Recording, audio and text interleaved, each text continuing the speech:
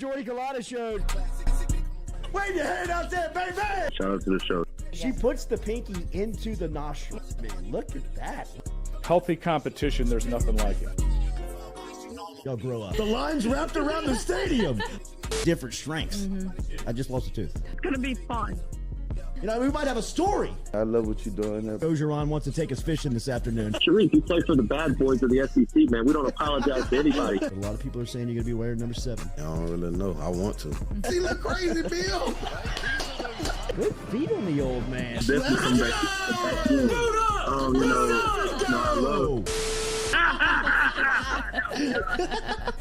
We'll be right back with the Jordy Culotta Show.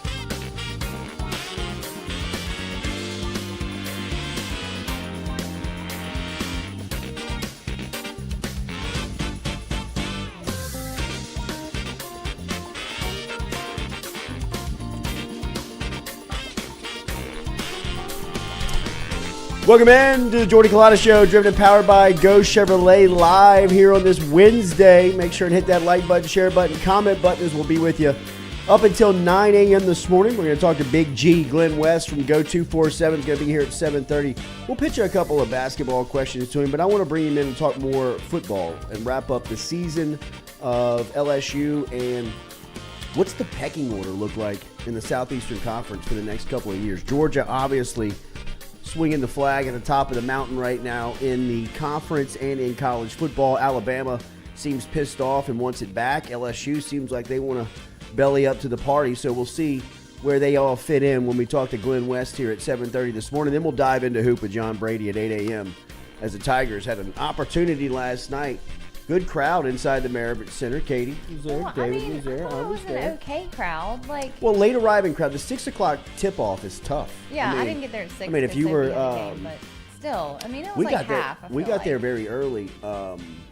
You know, and it was like 5 minutes before tip-off. It's still like empty. Yeah. You know, because like people are coming in from work. Right. You know, but like as like before the first TV timeout, the place is kind of buzzing.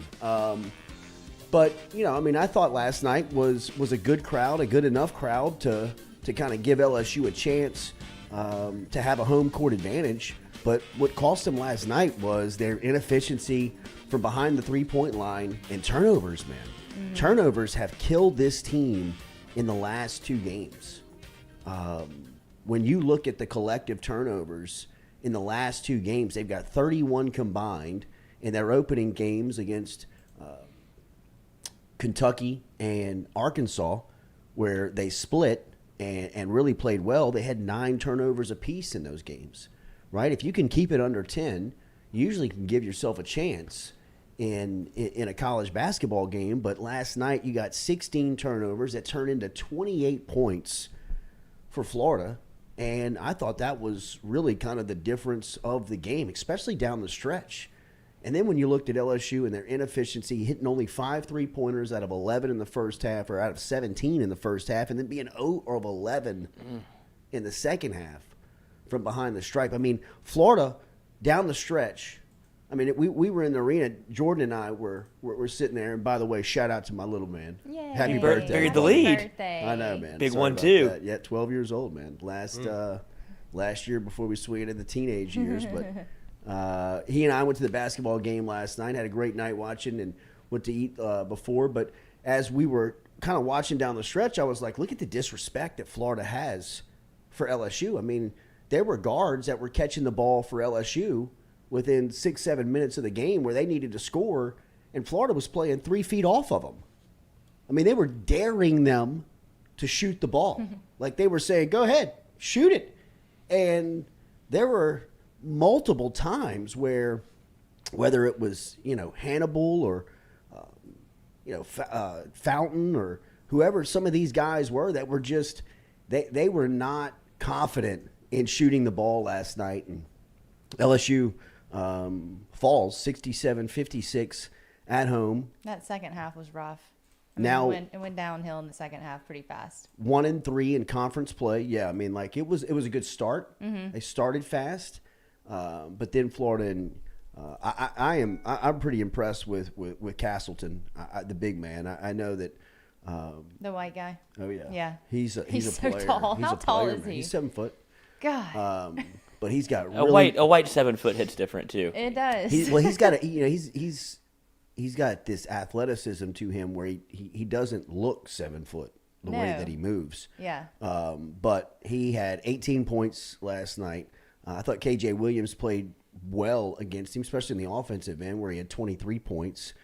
Who was the guy with the colored hair for Florida? With like the Yeah, I know you're talking about. spray painted hair, like different colors. He was fast. I mean, that little guy was all over the place. Katie with the analysis. I love this.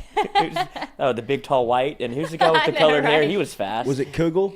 Maybe. Yeah, I think Is it was that his Kugel. name? Kugel. Yes, that's right. But Alex Fudge, obviously making his return last night to LSU, He did had 7 well. points.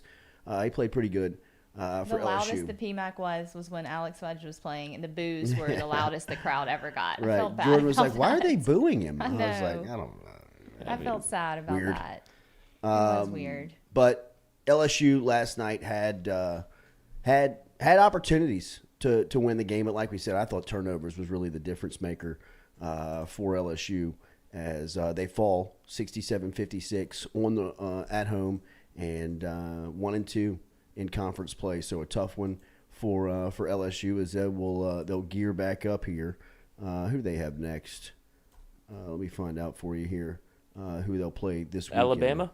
Ugh, gosh. I think they're staring down the barrel right now. It looks like Men's What? basketball at Yeah. Alabama, 3 o'clock on Oh, it's Saturday. at And Alabama? look who's the Oh, next no. Auburn. yeah, they're- Tennessee. Auburn Yeah, beat they're right in the Alabama thick last of night. it. Jeez, they're about to go on murderer's row, dude. There's Yeah, a they chance are. they go 1-7 in the Oh, and then they ACC. play Arkansas again Yeah. Oh, God. at Bud Arkansas. Walton. Yeah, Then Texas Tech in the Big 12 Challenge. Missouri's playing well. Alabama again. Alabama might be the number 1 team in the country by the time they play Yeah, them at they that really point. might be. I think they're the best team in the country. And Tennessee's really good, too. Auburn is playing well. Yeah. So LSU, look, Oh, God. obviously, look, no Cam Hayes, no Mwani Wilkinson last night. That's a tough draw going into that game without a couple of your guns. But LSU is offensively, they're tough to. They have to have it almost a perfect possession to get points. Like I heard Coach Matt McMahon say it after the game, and I agree with him wholeheartedly. Their margin for error offensively is very, very small. I mean, they almost have to play perfect. And when I say play perfect on that side of the ball, set good screens, make good passes, block out. I mean, the fundamentals of the game. That was the thing about the start that was so encouraging, I thought, was that I believe they were up. They opened with a quick 11 points, and on all of those baskets they were assisted, right? Like they're kind of playing off of one another. When LSU tries to play iso ball, tries to play one-on-one, they don't have that guy. They just don't have that dude that can back the ball up, tell everybody to spread out, and him play one-on-one with a defender and beat either help side defense, double team, pull up, hit a jump shot, get to the rim, get to the free throw line. I mean, LSU was doubled up at the free throw line last night. Florida shot 31 free throws. LSU shot 16. We can sit here and argue over the it was not the officials. I mean, there wasn't any egregious, one-sided slight from the whistle. It was that Florida was more aggressive. It was that Florida was getting to the rim. They were putting pressure on LSU's defense to get to the line. And LSU, like I said, I mean, they were given space to shoot, and the majority of the time, they wouldn't even take the jumper. I mean, there's no confidence offensively to them to play one-on-one, but you can see that when they have a plan or that when they execute the plan, I mean, they play well. Adam Miller came off of a stagger screen early on in that game. It was a perfect stagger screen. I mean, the defender, he catches it wide open, turns into a jump shot. I mean, he looked very natural, looked very comfortable, knocks it down. And then in the second half, he plays a little bit of one-on-one. He gets down the lane, throws the ball off the top of the board. I mean, it's just about sticking to your strengths. Yeah, and really in that stretch where they're knocking down jumpers coming off of screens and they're playing off of assists and they're getting, team basketball rolling, they're not turning it over. I mean, the turnovers are coming when they're trying to make these plays that, trying to pitch the ball ahead or trying to, make plays at people that aren't really moving around offensively. I thought they had their chances. I thought that, turnovers and their inability to hit shots it's really kind of that easy. I mean, we'll talk to John Brady at 8 a.m., but I'd imagine he'd have something to say about getting doubled up on the free throw line at home. But when you talk about how they played and you look at their field goal percentage, obviously they're not trying to get to the rack, which is, you would think that's where Hannibal would come in. Like, that's his strong suit, but Fountain, fouled out, right? Didn't he foul out trying to guard your boy? So he fouls out with 5 minutes left, and he was kind of your only offensive firepower, it felt like. And I didn't really get to watch the game. I listened to it on the radio, so I heard from John Brady a little bit. But it just seems like a sad state of affairs where LSU, we were riding a little bit of a high there after the Arkansas win, and now it seems like you're staring. Like I said, the light's coming and it ain't the sunshine. Yeah, no, that almost Kentucky win too. It's looking really good. They're looking at Murderers Row coming up here. I mean, they got a tough stretch ahead. So we'll talk to Brady coming up here at 8 a.m. and get his thoughts on LSU as they travel to Bama next, and we'll ask him a little bit about the league and what he thinks about the Crimson Tide. I think Alabama's the best player. I think they're the best team in the country right now. I mean, just their athleticism. Nate Oates is a really good coach. Damn them.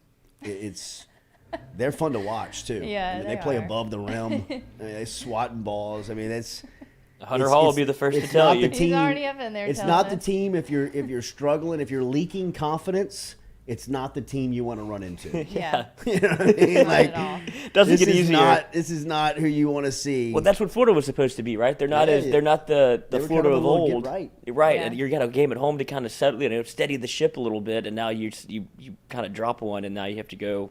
Is it at Alabama? It's at Coleman. That might actually be a good thing. It's at Coleman Coliseum, a place where LSU habitually has played terribly. Mm-hmm. When is they have had Saturday at 3 o'clock. That makes a difference. Oh, not Saturday. Yeah, I mean, they might as well play this thing at 3 in the morning. Really? I mean, Friday news dump. I mean, it is.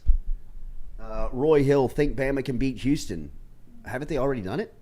They did. Didn't they go into Houston and beat them? Did they? Yeah, they did it earlier. They did it in the non-conference. I'm telling you, Alabama's look out.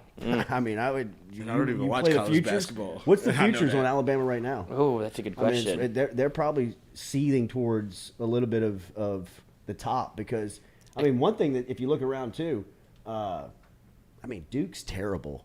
Awful. Carolina's bad. Kentucky's bad. Mm-hmm. North Carolina's bad. I mean, Kentucky's on the up and up though. No, All they played last night. All Getting Kentucky there. has really is Tashipwe. And Just getting he's there. he's Just getting there. He has to get 30 I thought that he rebounds was a going to game. be a lot better than this. They lost to South Carolina last night, Katie. I know. South Carolina's terrible. But I just Yeah, I feel thought- like they're regrouping, and they're going to be better than we No, think. Coach They're Cal. going to end up in a better To spot. your credit, Coach Cal does this. This is his This move. is Alabama That's football. what I mean. Yeah. This is Alabama football. They Like, can't- there's no, we're going to get it right. Well, you know what I I mean? know. It has Like, to be in right Kentucky from day basketball, one. It's like Right. LSU baseball. You know what I mean? Like, you're like, well, it's a down year. The hell it is. Yeah. There's no talent. There's no time for down years. You know what I mean? Alabama plus 2,000. Yeah. Go 5 for 105. If you've got Cody Boudreaux. I mean, who's got better odds than them right now? Oh. Kansas. I'd Yeah, I'll go imagine. down. Hold on, let me go down the list. I had to put that in real quick. Let's You know go. who is looking great is LSU women's basketball. No doubt. Ranked They number won't put 5 in odds the up. country, No doubt. 15-0. They don't have women's basketball. No. You know who's got to be shaking right now is Dawn. Oh, Staley. she's nervous. She's nervous.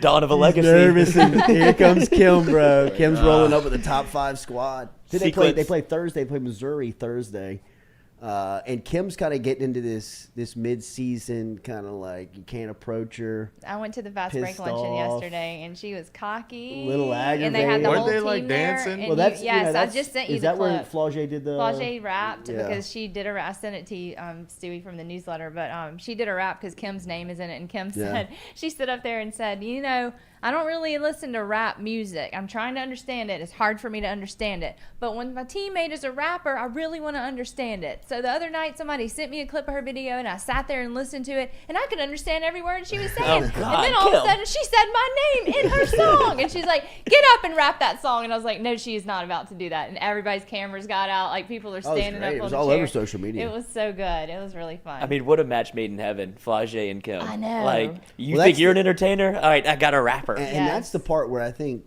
Dawn believes that she has like an in Edge. on Kim is like that she can beat him with the relationships. Yeah. And when you see how much her team loves and respects her, I mean that's gotta crush her opponents even For more. Kim?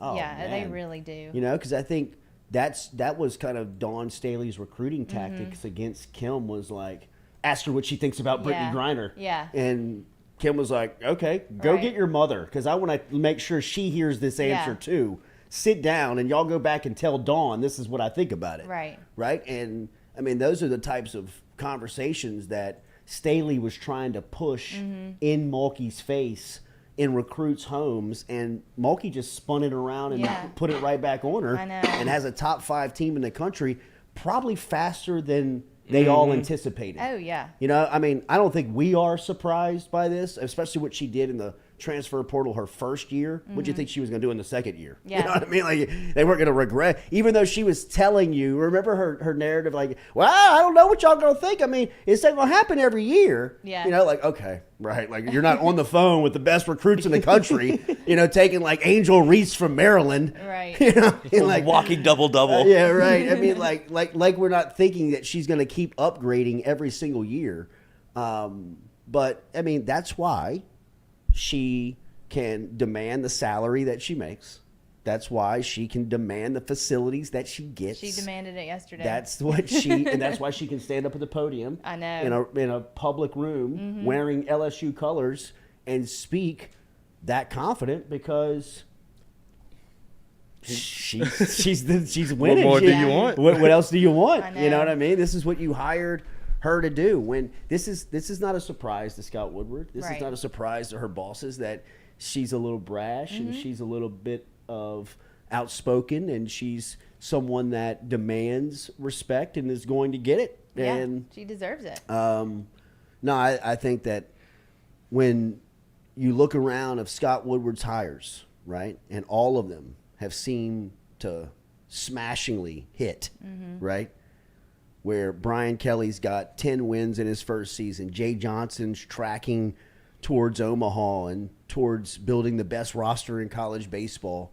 You've got Matt McMahon, who really did an incredible job of restoring the roster and what he had to deal with in his first season.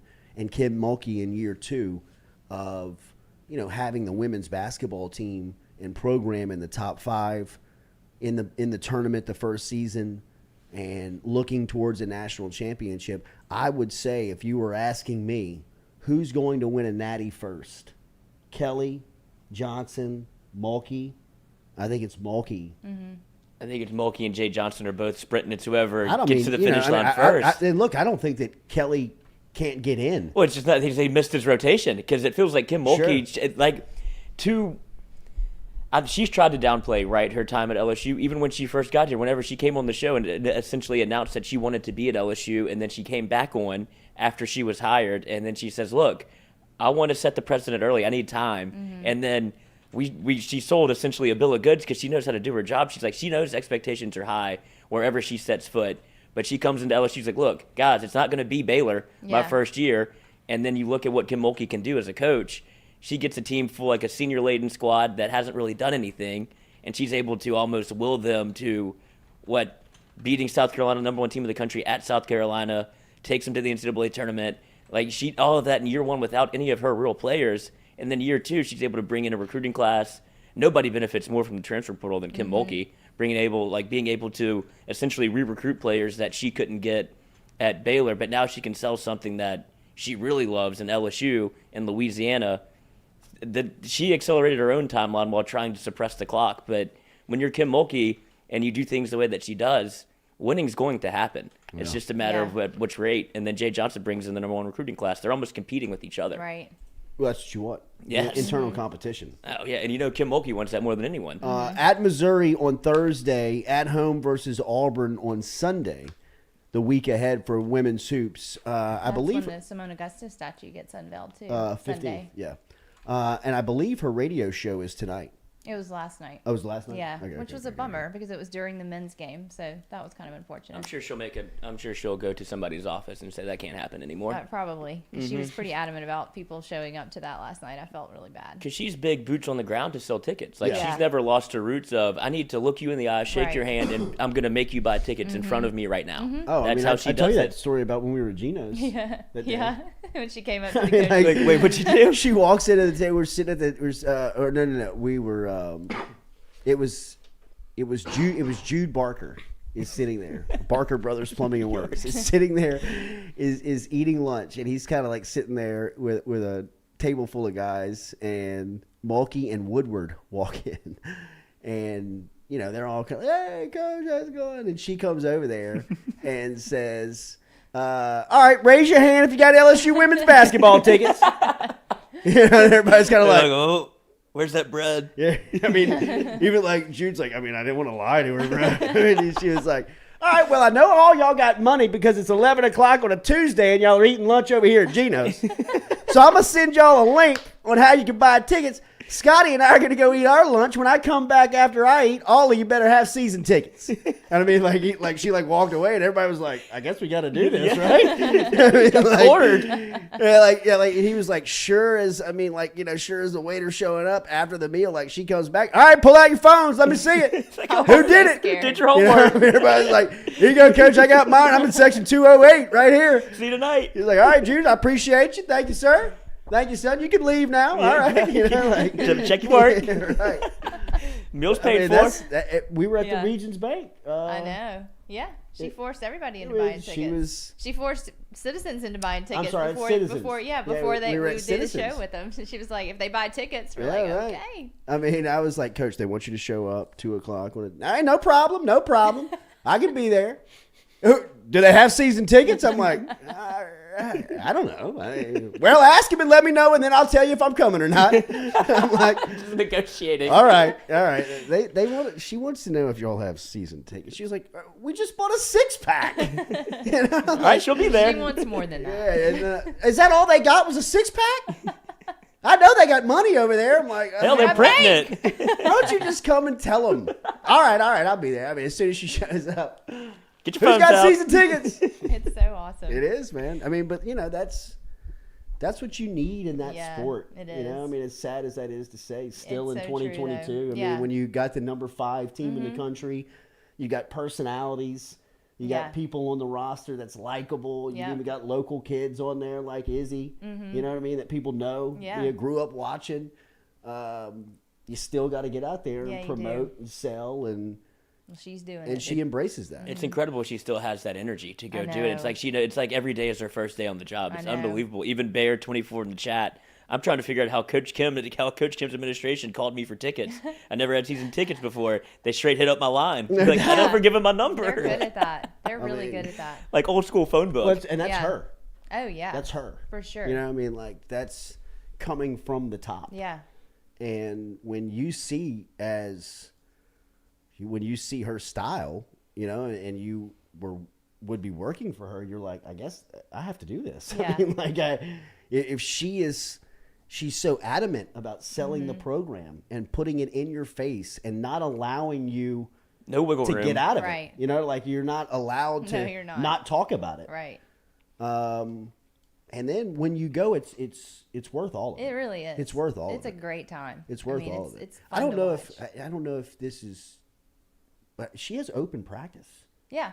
We Like- talked about that yesterday. 'Cause, Yes. Yeah. People were asking if they could go to practice. I mean, which I encourage all the time. I have young basketball referees and young basketball coaches always kind of like ask me, how do you get better at this? Like, what do you do? I mean, besides watching the game, what do you do?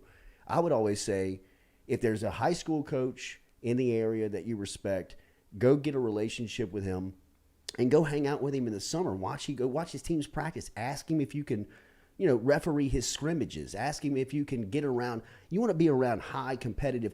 I would go to Carlos Sample in Scotlandville, and I would just say, Coach, if you ever need a whistle on a Saturday morning in the summertime when I don't have anything to do, let me come referee your scrimmages. And the next thing you know, you're around pros. You're around Bridgewater. You're around, who's the guy that went to the Golden State Warriors that went to Vanderbilt?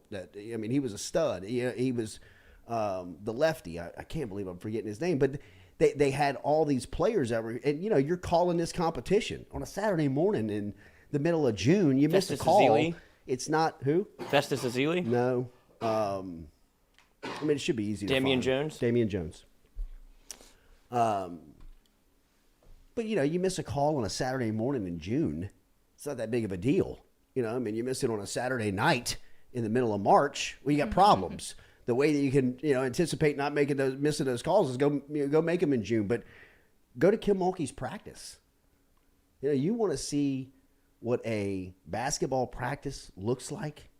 You know, I go to these young coaches' practices, and they're sitting there playing like put out and king of the court and 3-man weave and doing all this stuff, which is fine. But at some point, you got to get into it. You got to start coaching it. You got to teach them how to screen. You got to teach them how to run an offense. You got to teach them how to close out. You got to teach them how to box out. You got to teach them how to pass. You got to teach them the fundamentals of the game.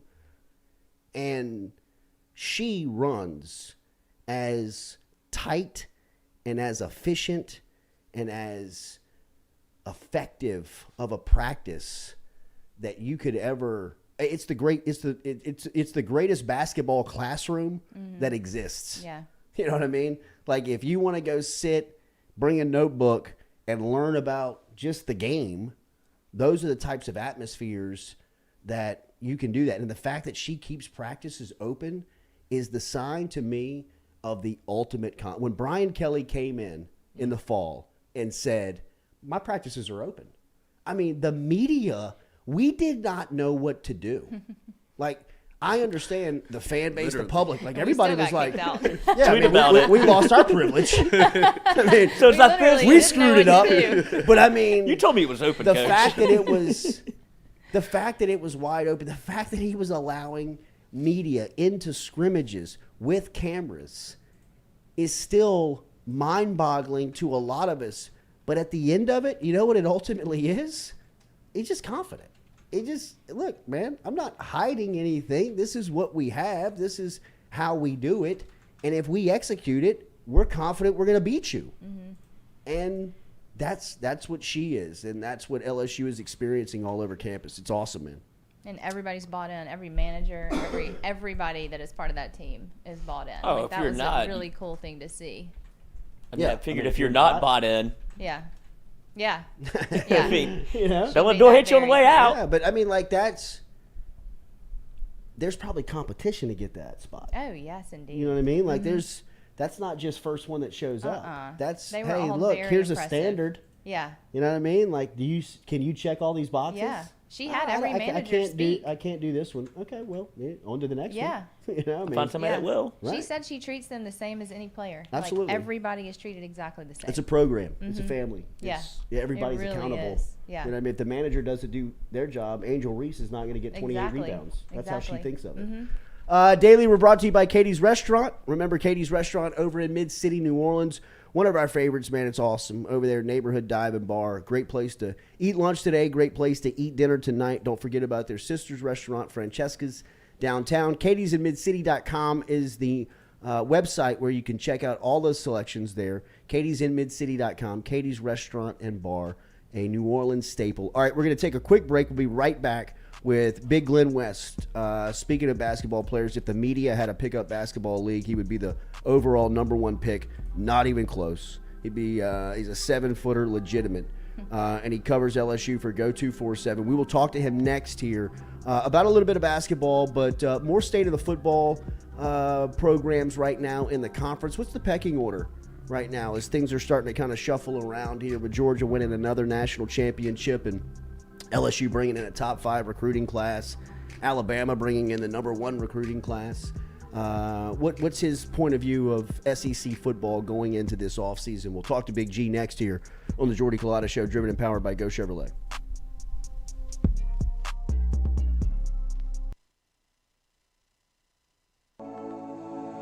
Looking to book a dumpster but no idea how? We've made it quick and easy for you. Check out our website at moralesrolloffs.com. Let Morales Roll-Offs know your desired delivery date, and finally, provide your contact details. To make payment, look out for an email invoice with all your booking details. On delivery day, our driver will notify you through text and email that your dumpster is ready and on the way. Now you know how easy and convenient it is. Call Morales Roll-Offs at 225-427-0000 for your dumpster. Hey Baton Rouge, when traveling through Natchez, Mississippi, whether you need to fill up your vehicle or your belly, stop by Go-Mart and On The Go Deli. Go-Mart has clean restrooms, community coffee, an awesome beer cave, and a great selection of anything you might need on your trip. So stop by Go-Mart at 4 Sergeant Prentice Drive as you're entering Natchez on the left, and visit Tom and Wright Granning and their awesome team at Go-Mart. Don't let the name fool you. Men's Total Health has offerings for the ladies, too. Guys, is your wife or partner suffering from urinary incontinence, low sexual desire, or pain during sex?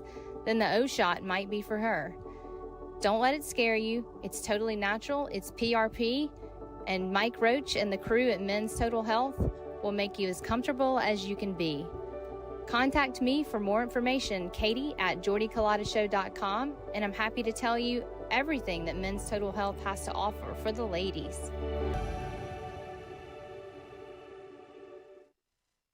The Louisiana Sports Hall of Fame presents Friday the 13th Night Fights. 7 pro wrestling matches January 13th at the Lamar Dixon Expo Center and 1 celebrity boxing match for the ages.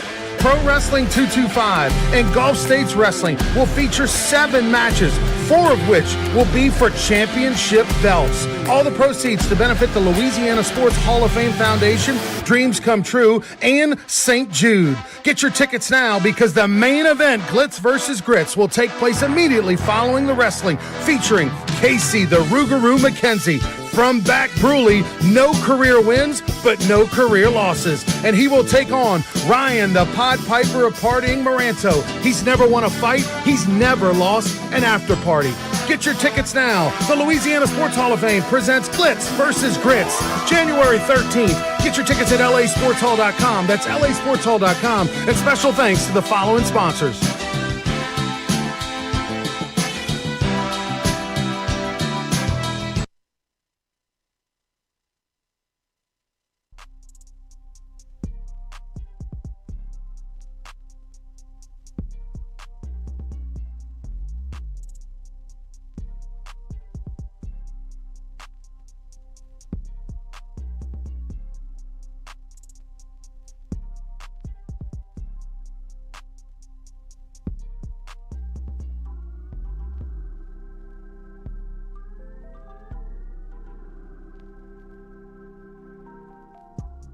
All right, welcome back here to the Jordy Culotta Show, driven and powered by Go Chevrolet. LSU men's hoops last night falls to Florida 67-56. Tigers now 1-3 in conference play, 12-4 overall.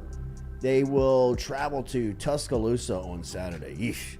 All right, so LSU football is still in the transfer portal. By the way, that big defensive end we talked about from South Carolina yesterday, who everybody was tabbing to be in Baton Rouge, is now in Tallahassee. What's this guy's name? What was his name again? Thank you. Something Gilbert. Yes. I'm banking on our next guest knowing this. I'm blanking on the first who I've said this is a Shaquille O'Neal, Zion Williamson type #1 overall pick in the Media Basketball Pickup League. He also covers LSU for Go247. He is the big fella, every inch of 6'11". Glen West. Big G, good morning. How are you? Hey guys, I'm doing great. If I'm the media #1 pick, then we're not a very strong media group. Well, that's true. I don't think that needs to be said, Glenn. We all know this. Everybody's got visuals of Buddy Sanji carrying a briefcase down the sideline. Try to sprint 40 yards. The guy you're thinking of. Thank you, Glenn. Thank you, Glenn. Yeah. Real quick, put a bow on this recruiting for LSU as they continue to be in the transfer portal. But what did you think of their overall early signing period and what they're continuing to do with transfers? Yeah, so I think they filled a lot of holes. I mean, you look at some of the positions of need that they were really heading into the offseason needing. I think, cornerback, really all the secondary help they could get, defensive end, offensive line, tight end. You saw them stack up at tight end. So really talented freshman class coming in. I think it's ranked number 5 or 6 right now on our Go247 rankings. So, it's just a really strong class overall. I think Zalance Hurd is a name that you should be absolutely watching as a guy who can come in and potentially take some snaps early in his career. He's a really confident guy, really stellar athlete, and has some playing experience with another LSU tackle in Will Campbell. I'm really excited about Zalance. I think he's going to be a really talented player here.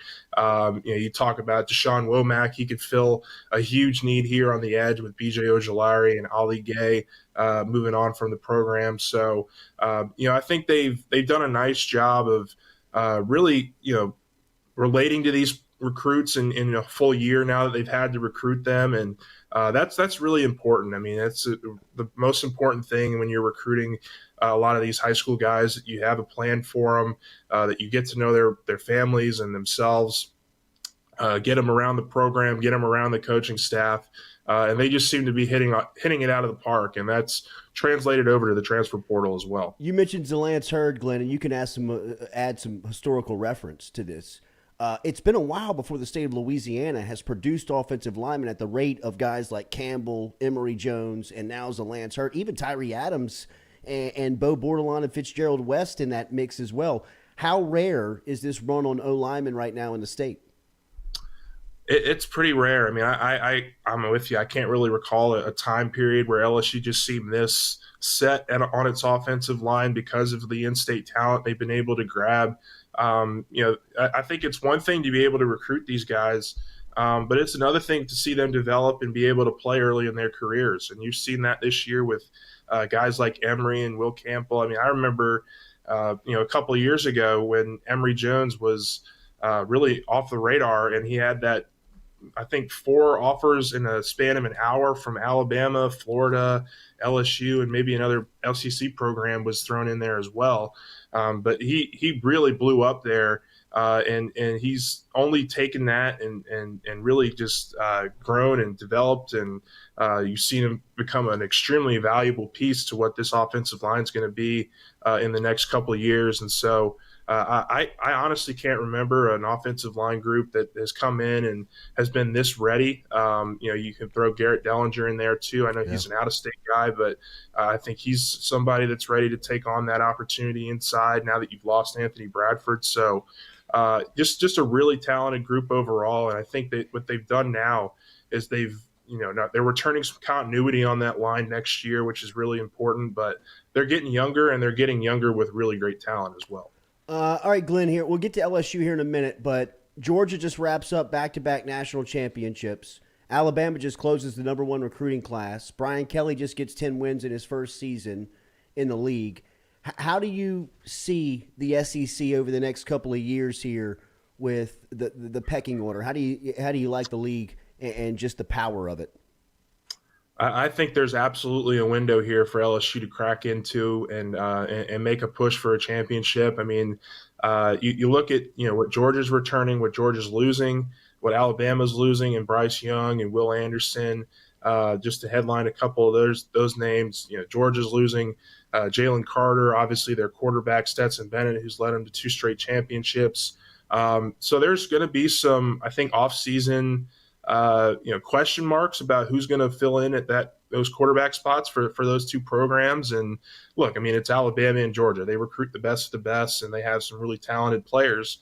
But I think what's on LSU's side is that they're returning so much of their foundation here from year 1 under Brian Kelly. And look, I mean, all you got to do is go back to 2019 LSU and look at the continuity that returned on that roster. And if you can get similar work ethic from these guys this offseason, I think there's reasonable expectations here that you can make a pretty sizable leap in this offseason. And so I think LSU has a chance at absolutely competing for the top spots in the SEC. And we all know that if the top team in the SEC is usually going to the college football playoff, and it's usually winning it. So I think there's certainly an area there for LSU to have some success.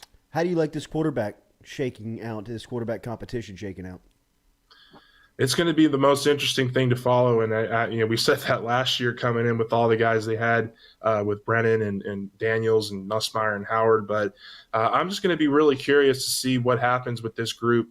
You have about a week now until the transfer portal window closes. January 18th is the last time players can enter their names into the portal. So there's still time there if somebody like a Nussmeier or a Howard wants to enter their names, but I really don't see it happening. I think this is a program that feels very confident it's going to have all 3 of its quarterbacks from last year returning for this spring session, and it makes a lot of sense. I mean, you're going to give guys like Nussmeier and Howard chances to develop with guys that they know, guys that they've been around the program for a year now, and I think Daniels is going to go in with the number 1 job, but that doesn't mean that there's some quantum leap out there that Nussmeier or Howard can't make, and at least start to push him for playing time. I'm not sure you're going to see a true QB2 situation next year, but I think those guys are certainly talented enough to make their mark and to continue growing in the offseason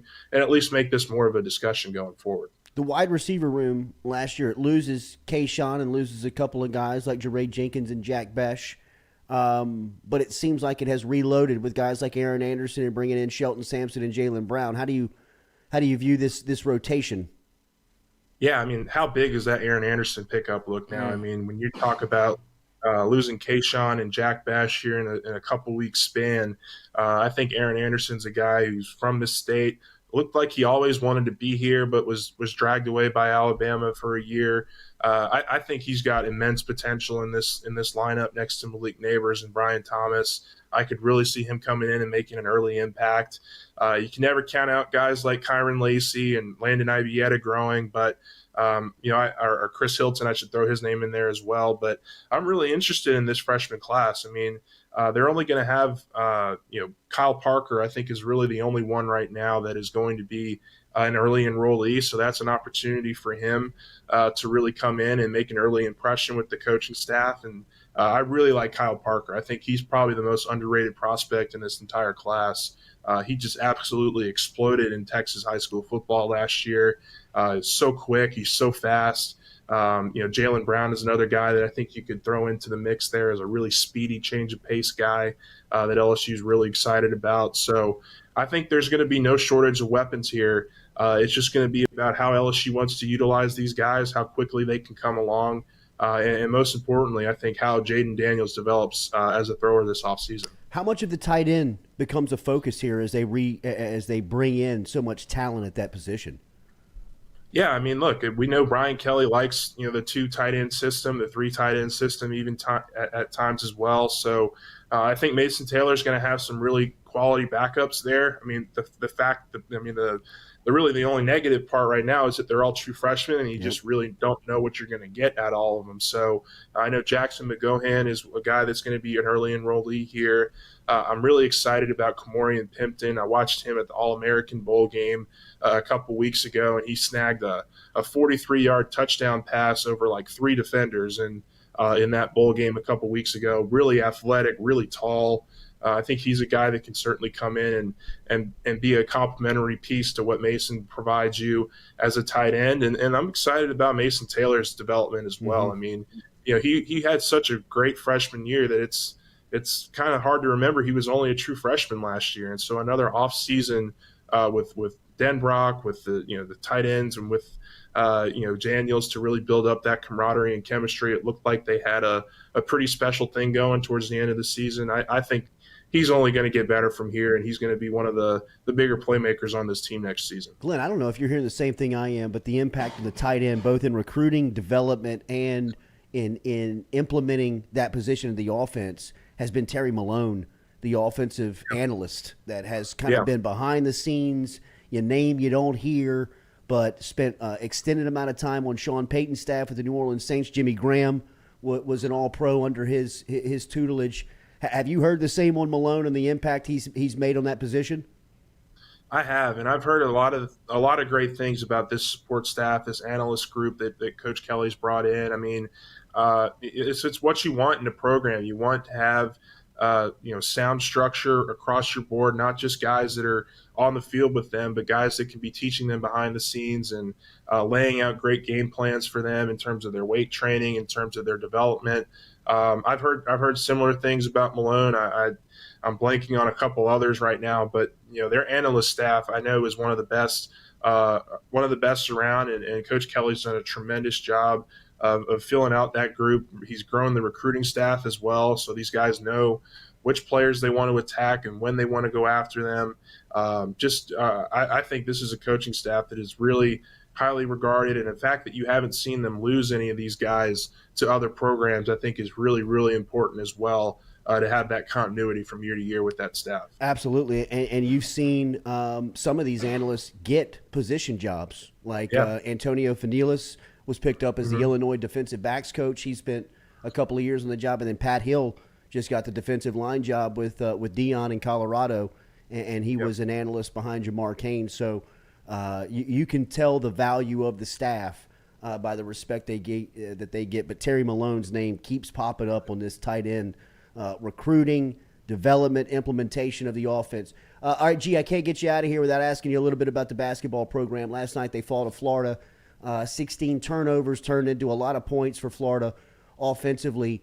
McMahon and crew now 1-3 traveling to Alabama on Saturday. A tough spot. What have you made here of the opening of conference play?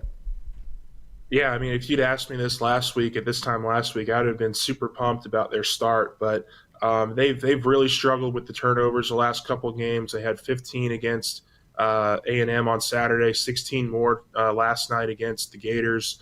It's a team that's really struggled to put the ball in the basket. And when you're a team that struggles to score offensively, the last thing you can do is give the team the opponent turnovers, and give them free reins at the basket. And that's kind of what happened last night. It's what happened on Saturday. And so it's kind of an ugly trend developing. I was a little bit surprised at just how, sloppy it was on last night, after what was a pretty sloppy game on Saturday as well. They've got a lot of work to do. I think they've got to get more playmaking out of their guards. Missing Cam Hayes last night, I think, really hurt them. From a shot creation standpoint, you could tell they were really struggling to get into the paint, really struggling to get KJ the ball in the post, and they were just missing all of their threes. I mean, I think they went 5 of 28 yesterday on threes, and they just kept chucking them up and hoping that they would go in. And it just allowed Florida to grab the momentum there. And, it just really wasn't a really great second half for LSU. But it only gets harder from here. I mean, you just mentioned Alabama. They got to play Auburn. They got to play Tennessee. And then they got to play Alabama again in their next 4 games. And that's about as rough a 4-game stretch in SEC play as you can imagine. Great info this morning, big fella. Appreciate it as always. Make sure and read the work over at Go247. Glen West and the crew over there doing great work. At Glen West 21 on Twitter. Thank you, G. We'll talk again soon.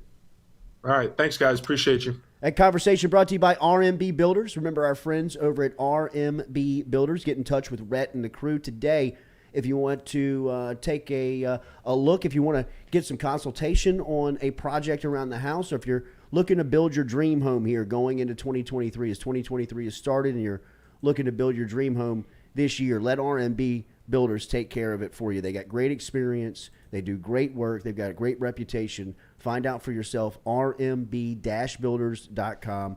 And don't forget their Instagram is showing off every single day. They've got projects. They've got neighborhoods. They've got all the types of things that you can see from isolated projects like bathrooms to additions. You can find it all on the Instagram account from RMB Builders. Good stuff from Glen West. That was good information. We will talk to John Brady coming up here, more about the LSU basketball team at 8 o'clock this morning. We'll also take your phone calls, your voicemails, your text messages in the second hour as well. If you want to dial us up, if you want to send in a text message. Call already. Really? If you want to have a take, don't suck. 225-229-7741. What should we get little Jay for Rose his birthday? I think they think Jordy's asking that question. I know. Like Jordy, he doesn't know. Yeah, Jordy already took care of it. Does he have them yet? Yeah, he got him. Okay. Oh, I mean, I gave him to him for Christmas so he could wear them. Oh, yes. You Yeah, got those are Jordans? something that you don't keep in the I closet. got him Kobe's. Really? The Mambasitas. Oh, cool. Oh, that's Those are a tough awesome. get. They're Yeah, tough. Yeah. that's like, yeah. I don't even know if you I had to wear go to them. the top of the ladder. Yeah. Does he wear them? Yeah, he's worn them. That's almost like you put it on the. I mean, you gotta wear them. Yeah, that's what I don't. I don't like people that. I mean, don't at wear, 12. Like, yeah, I mean, come on. Does he under like game only though? Yeah. Yeah. Oh yeah, I yeah. mean, he's yeah, gonna yeah. outgrow them, so you might as well wear Yeah, you them. might as well wear them. I And mean, then as keep them. soon as the game's over, he takes them off. Right. Puts the paper back We gonna in. wipe them off. Yeah, right. Step on my shoes. But I mean, the Christmas birthday combo. It is close. It's hard. It's close. It's hard for It's a close. kid. The way that I've kind of now is like I do Christmas, I do the gifts. Yeah. And then like on birthday, we'll do like the sleepover or Yeah. a party or a Right. Dinner. You know, like tonight he's got a basketball game, and so I invited the whole team to let's go out to dinner at City Yeah. Cafe Oh, that's awesome. afterwards. Yeah. And then but like now he's in a basketball tournament every weekend. Right. Like last year was my favorite of the deal. Kelly actually put it together. She rented out a movie theater That's fun. on a Saturday. Yeah. And I forget even what movie they had, but we went in there and checked on them. And they I'm were sure like they did throwing too. pizza slices yeah. from the top of the theater to the Yeah. to That's the screen. 12yearsold.com, Yeah, right. coach. I mean, that was the 11th. 11. 11, yeah. .com. Not a It's even girl. worse. Yeah, not a girl in sight. Yeah, Yeah. the girls are starting to creep in. Yeah. Uh-oh. Yeah. Hey, The you have back- to- the the background behavior on the doesn't phone. change. The behavior still doesn't seem to change. It changes. Cooper's turning 15 in February, and it's still the same. I mean, like when he has friends over, it's still like Oh, they're, when like the boys 6 get years together. old. Yeah, Like, yeah, what is yeah. Sure. happening? Look, I'm sorry. Absolutely. There might I be wonder if girls you- around, but still. Yeah, I wonder if he's out cheating. It's like, no, we're trying to make a Right. seance. Exactly. Like we're burning shit in the road right now. Right. Actually, Can you actually smoke grass? I don't know. Roll it up. Roll it. Saw my dad do this. Stepmom's got papers downstairs. I was wondering what these were for. My dad has roaches in the shed. Empty out the cigarette. Oh God, that day's gonna be bad. Oh my That's god. that smell. Yeah. Bastard's been burning that forever. You told me that was New Orleans. I know. It's on my clothes. Hour 2. Speaking of New Orleans, we'll talk to the king of the city. John Brady's going to stop by here next. He was on the call last night for the LSU Sports Radio Network. Tigers fell, as we said. We'll talk to him about LSU has struggled. And this is even going back to Brady's days as coach of playing at Coleman Coliseum. I mean, in Tuscaloosa has not been a kind place to LSU hoop. We will ask Coach Brady about taking a team in there. He's done it many a times. He's also gone back with other squads as the radio analyst about just what's the hang up of the place. And this Saturday, it may not be the venue. It's probably going to be the team in Alabama, who's a top 5 squad. And we'll get his thoughts on Coach Oates and the Tide, which LSU will square off against coming up on Saturday. So that conversation just minutes away from now. Don't forget, our phone line is brought to you by Metropolitan Health Group, our friends over at Metropolitan Health Group. Real doctors, real solutions. Saw Ramo and Harvey sitting courtside last night. Of course. Harvey with a purple jacket. Really? Looked very, very sharp. Interesting. I sent him a text message yesterday, just kind of wishing him a happy new year. No response. I sent him a text message last night. Nice jacket. He responded, thank you, right off the top. I've been waiting for somebody to say something. Look behind you over your right shoulder, Charlie. That's what I did to Cody Edwards with Red Stick. He was in front of me last night. And I was like, He was I can all over see the- your he phone. was I know. all over I the saw him and I was cam. like, wait, you're right in front of me. I can see you. Look over your back right shoulder. I felt like such a stalker. I was like, I'm watching you read my text.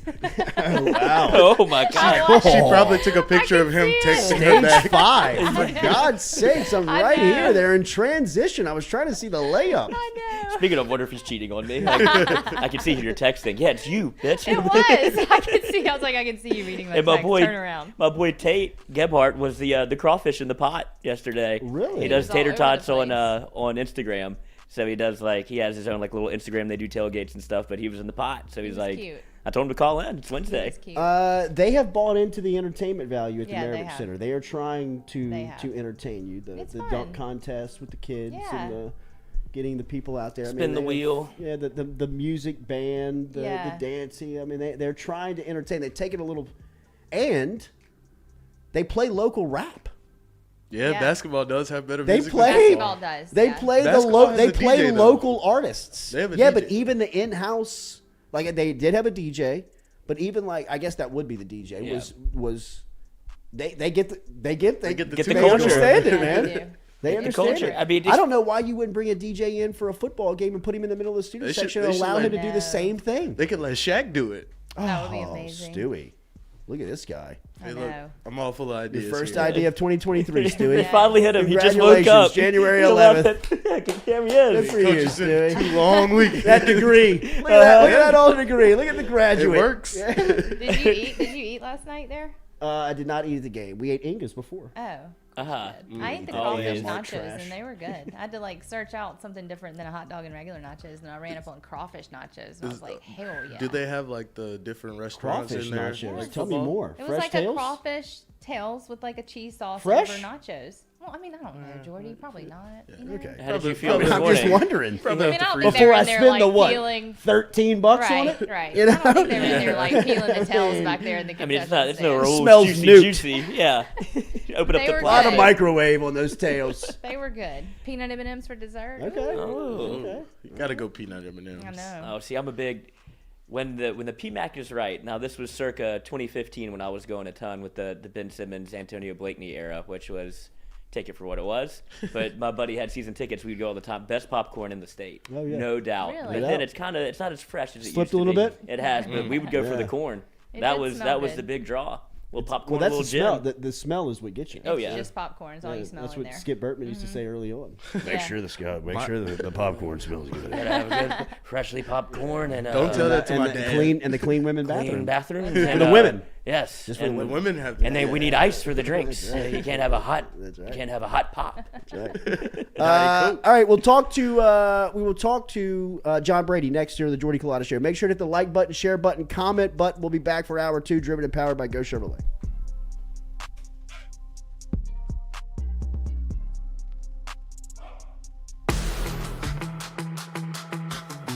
Donaldsonville Glass and Body, the trusted name in frame, body, and automotive paint repair since 1977. They have served their customers for over 45 years. You can find them online at dgbauto.com or stop in and see them Railroad Avenue and Division Street out in Donaldsonville, Louisiana. Look, they can help you with your insurance claims. They can make the repair process as stress-free as possible. I'm speaking from experience here. I've got numerous windshields, body repair, all done by Kenny and the crew over at Donaldsonville Glass and Body. They are, without question, the most well-equipped shop in the area. Stop in and see them today.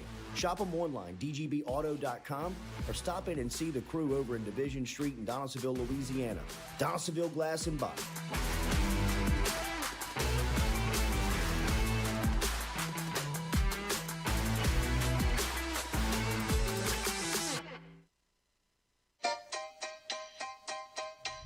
Hey fellas, it's Jordy Culotta for my friends over at Men's Total Health.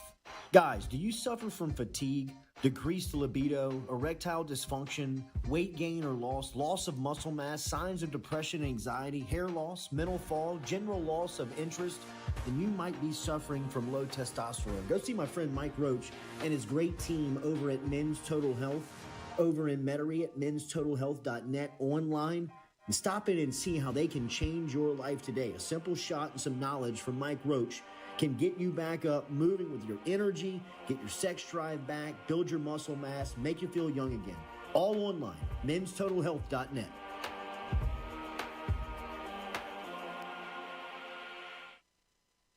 Red Stick Sports, a local staple in Baton Rouge to all sports fans, was founded back in 1981 and has remained a family business for over 40 years. Today, they still have the great selection on the floor, but they're also a leader in custom apparel for businesses, sports teams, and other groups. Take it from us, everybody over here at FM Digital Media. They help us out with all of our apparel. Let them help you out today. Go ask for Cody over at Red Stick Sports. Check him out online at redsticksports.biz. I was embarrassed about my smile. Are you unhappy at yours? Do you not smile back at yourself?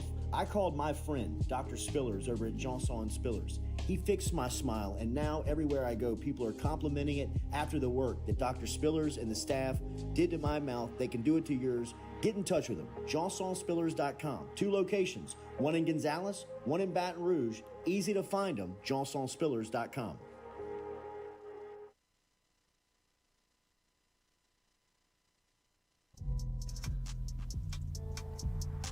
Hey everybody, it's Mikey Matuk from Mic'd Up. If you haven't already liked or subscribed to our show, we're live every Monday, Wednesday from 6 to 8 p.m. from our studio, and every Friday from 4:30 to 6 from Uncle Earl's. Come hang out with the boys, me, Jay Mitch, Jackie Boy, Lloyd. Lloyd has his shenanigans up in the corner. Come hang out with us again. Like and subscribe. We're live Mondays and Wednesdays from 6 to 8 p.m. Fridays from Uncle Earl's from 4:30 to 6. Come hang out with us. We appreciate all the love. See you on the show.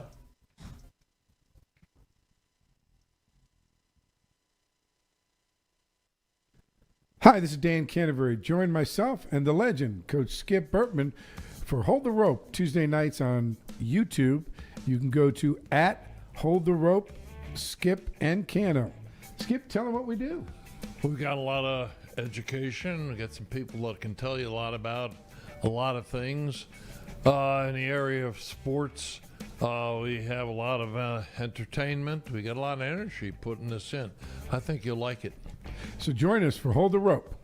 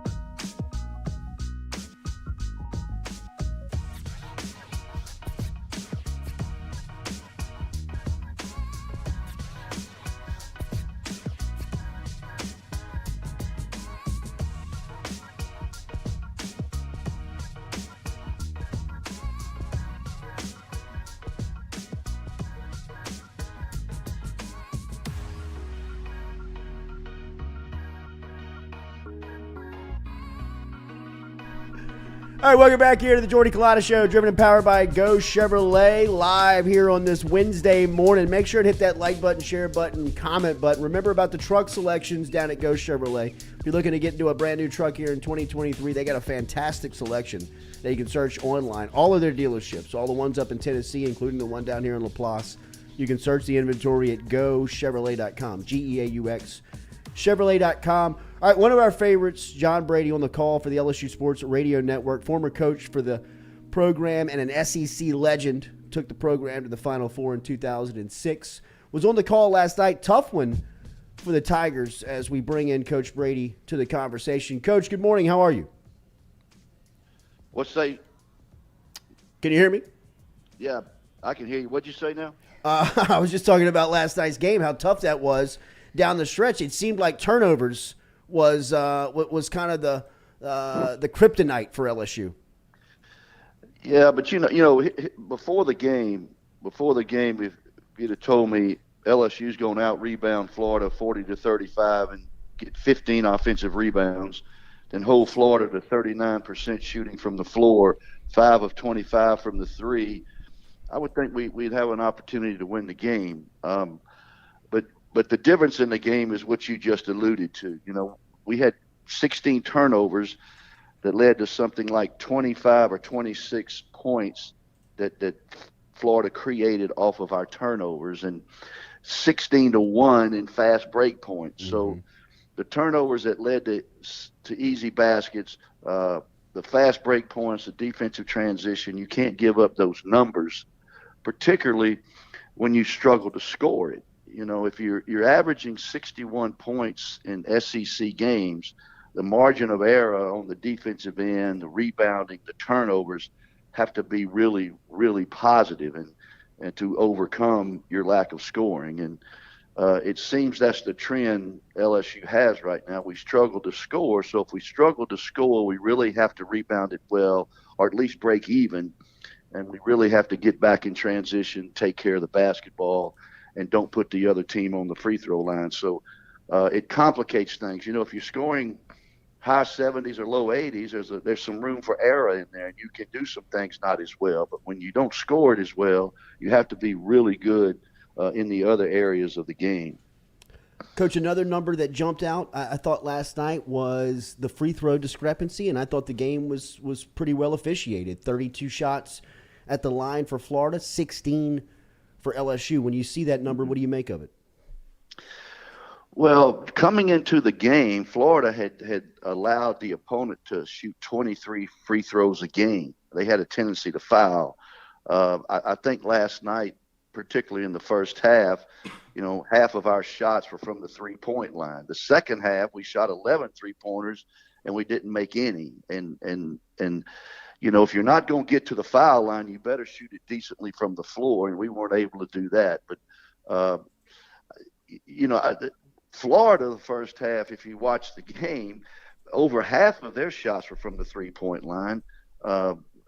But then the second half, they only shot 8 three-pointers, made 2, decided to go to Castleton more. Castleton only had 2 shots at goal the first half. So in the second half, Castleton, they played off of him more. He was able not to make a lot of baskets, but he certainly got to the foul line, which did separate the foul shooting from both teams. And I think Florida at halftime changed their approach to what they were going to do the second half, as opposed to shooting threes, maybe play inside out as opposed to outside in like they did the first half. What's your evaluation of Adam Miller at this point through conference play? Inconsistent. And here's the margin of error that's tough for LSU is these coaches in this league are pretty good, and they scout and they see every game. They know what plays you're going to run. And they're trying to take Adam Miller out of the game and KJ out of the game to make them less effective. A&M did a nice job on KJ. Florida last night did a nice job on KJ. And if Adam Miller struggles to score, where does LSU go for points? And in addition to last night, Cam Hayes doesn't play, and he can always manufacture 8 or 10 points, it seems. And he was out with a knee last night, a strain. Hopefully he's back for Saturday's game at Alabama. But, it's limited scoring for LSU when they substitute. And if KJ is not having his usual 18 to 20 points and Adam Miller can't get his 14 or 15, where does LSU go for those extra points, particularly last night when Cam Hayes doesn't play? Tyrell Ward was somebody that got extended minutes because of Cam being out. He's a freshman, a true freshman. What did you make of some of his minutes? You're talking about who now? Tyrell Ward. Yeah, he made a couple of baskets last night, and he came in as a shooter, and he seemed to play a little bit calmer last night. And if Cam doesn't play certainly Saturday at Alabama, somebody's going to have to come in and make some extra points and get 10 or 12 off the bench. And where that comes from, I don't know. The problem with that is we've been inconsistent in that regard on substitutes coming in the game and providing scoring to keep the game moving along like LSU would like it to move along. But again, if you're struggling to score 60, 62 points, it puts so much emphasis on other parts of the game that you really have to do well, and you can't turn it over and let the other team beat you 25-5 on second chance points off of turnovers.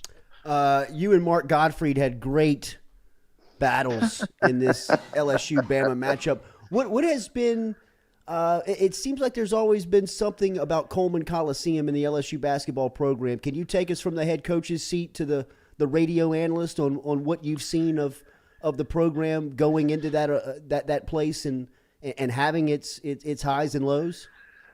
Yeah, LSU hasn't won a lot in Coleman Coliseum, and like LSU, Alabama is a football school. Sure. But if the basketball team, you watch that environment in there Saturday at Coleman Coliseum, if they put a good product on the floor, they'll come, and that's a tough place to play. The students are right. They reconfigured it a little bit and made better seating and made it more fan-friendly, and certainly it's a tough place to play. But I will say this. You look at the worst SEC loss in the history of the University of Alabama at Coleman Coliseum, you'll see the 2000 LSU team put a whipping on them, and it's still in the record book. So we've had success there. Not a lot, but I think Alabama, in my opinion, is the most athletic and talented team in the league, and it's going to be a real challenge for LSU to go in there and win the game or keep it workable. The chance LSU has is to certainly not get in a fast-paced game. The lower the score favors LSU, the higher the score is certainly going to favor an athletic, talented Alabama team. More on the Tide. This is a well-tested group that, Coach, they're in the discussion as maybe the best team in the country, right? They've got a chance to be that way, and with the vitality of people losing. The only consistent team I've seen in college basketball has been Kansas. They're 15-1. Purdue's taken a couple of hits lately. All of these other teams that are really good have been beaten. Kansas has been the most consistent, but Alabama is as talented as any team, and I think they have the best freshmen in the country, or one of the top three best freshmen in the country, and this young man named Miller. He's a semi-clone of Kevin Durant, and certainly his length, athleticism, he can drive it, he can get fouled, he can shoot the three. He's a long, athletic player. Players that I always like, the long, athletic players who can do several things, numerous things. There's some new coaches in the league. You got a front row seat to one last night. What was your impressions of Todd Golden at Florida? Well, I think both of those guys can coach. I think Matt's an excellent coach. I think the coach at Florida did a nice job last night. The only thing about Florida's team, they shot too many threes early on, and they calmed down in the second half and started playing inside out, as I talked about earlier. But they had a young man on the team coming into the game last night that was 1 for 13 from the three, and he shot 7 threes the first half and only made 1. Well, the second half he only shot 2, and I had a young man I think a lot of named Ronald Dupree one time in a game. He shot some jump shots from the three, and he wasn't shooting well. And I called timeout. I said, Ronald, what are you doing? He said, Coach, I'm open. I said, well, you're open for a reason. You haven't made it. So, and I think that's what the coach at Florida told his guys at halftime. The guy says, well, I'm open. Well, yeah, you're open because you hadn't made anything. Why don't you throw it inside to the big guy? And I think that's what they did more the second half. Have a good trip to Tuscaloosa, man. It's always great to catch up with you. What now? I'll see you. Have a good trip to Tuscaloosa. I didn't hear you. Right now. Have a good trip to Tuscaloosa this weekend, man. I appreciate you coming on this morning. What the hell is going on over there? Glad to have you back in the USA, baby. I'll see you soon. All right. All right. All right. I feel like I'm talking to you from a Costa Rican seashell.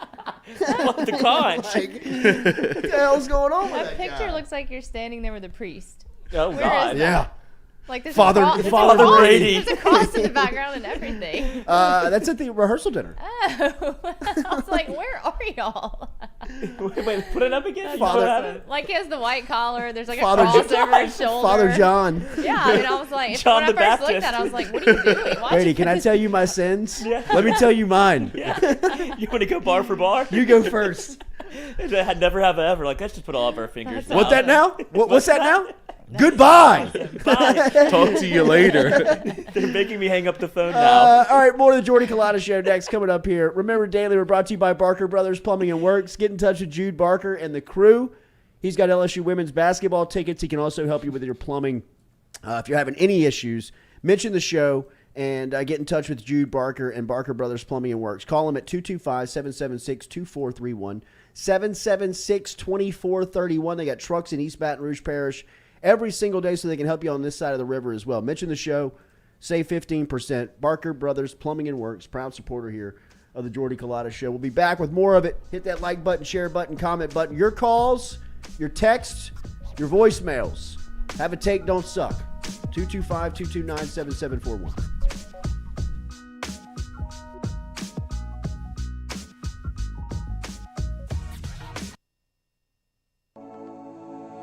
Looking to book a dumpster but no idea how? We've made it quick and easy for you.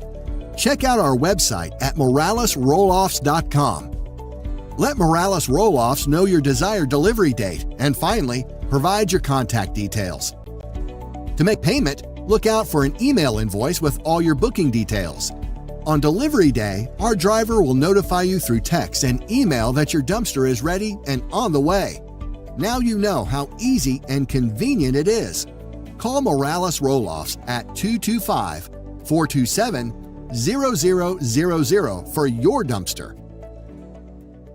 Hey Baton Rouge, when traveling through Natchez, Mississippi, whether you need to fill up your vehicle or your belly, stop by Go-Mart and On The Go Deli. Go-Mart has clean restrooms, community coffee, an awesome beer cave, and a great selection of anything you might need on your trip. So stop by Go-Mart at 4 Sergeant Prentice Drive as you're entering Natchez on the left, and visit Tom and Wright Granning and their awesome team at Go-Mart. Don't let the name fool you. Men's Total Health has offerings for the ladies, too. Guys, is your wife or partner suffering from urinary incontinence, low sexual desire, or pain during sex? Then the O-Shot might be for her. Don't let it scare you. It's totally natural. It's PRP. And Mike Roach and the crew at Men's Total Health will make you as comfortable as you can be. Contact me for more information, Katie at jordyculotta.show.com, and I'm happy to tell you everything that Men's Total Health has to offer for the ladies.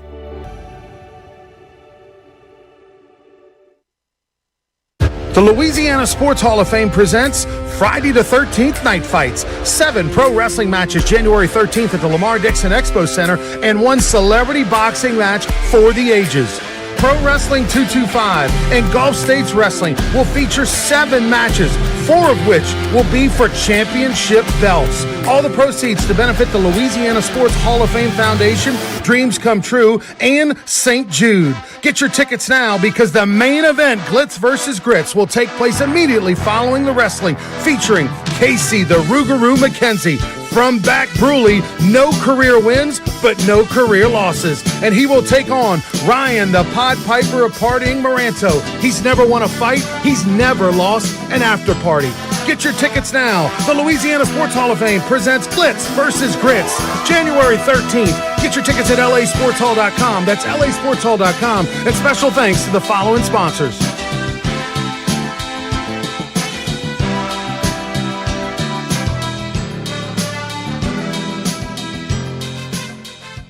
She is rattled that Kim Mulkey is in the Southeastern Conference. She knows it because she was, as we talked about with Nick Saban, right? And I think we talked a little bit about this with Jacques as he was here yesterday.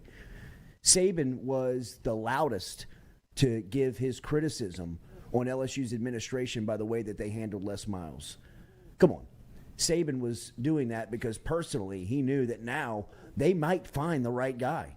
They might actually bring somebody in here that I'm going to have to work, prepare, and get ready to beat each and every week. We know that we can scheme on the field, but as far as the coaching goes, they knew they had a huge advantage when Les Miles was at LSU. They felt the same way when Joe Oliva hired Ed Orgeron.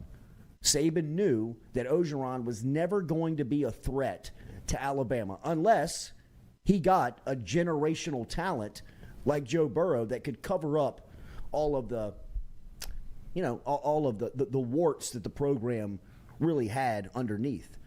Dawn Staley sees that Kim Mulkey is someone that can be a real threat to South Carolina. That's why, if you recall last year, she was the one complimenting and wondering if the turnout would have looked like that for Nikki Fargas. No, Dawn, it wouldn't have.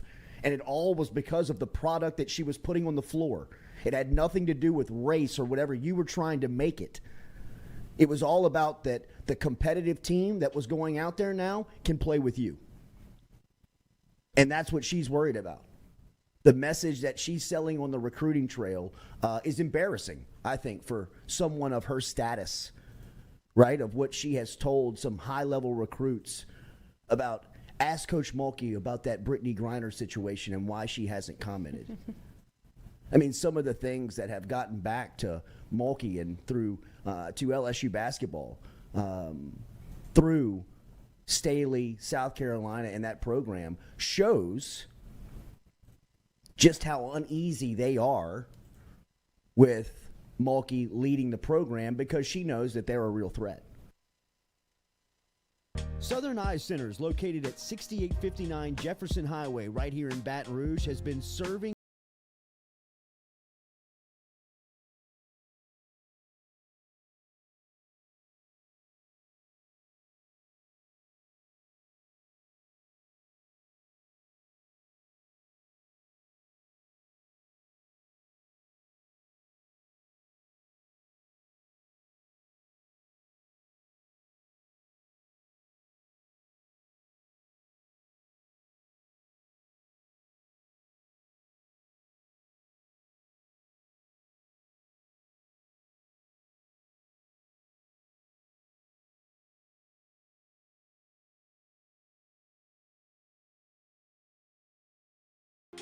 We're all from different places and backgrounds. We've each experienced our own versions of life, but in the end, we're all on the same team.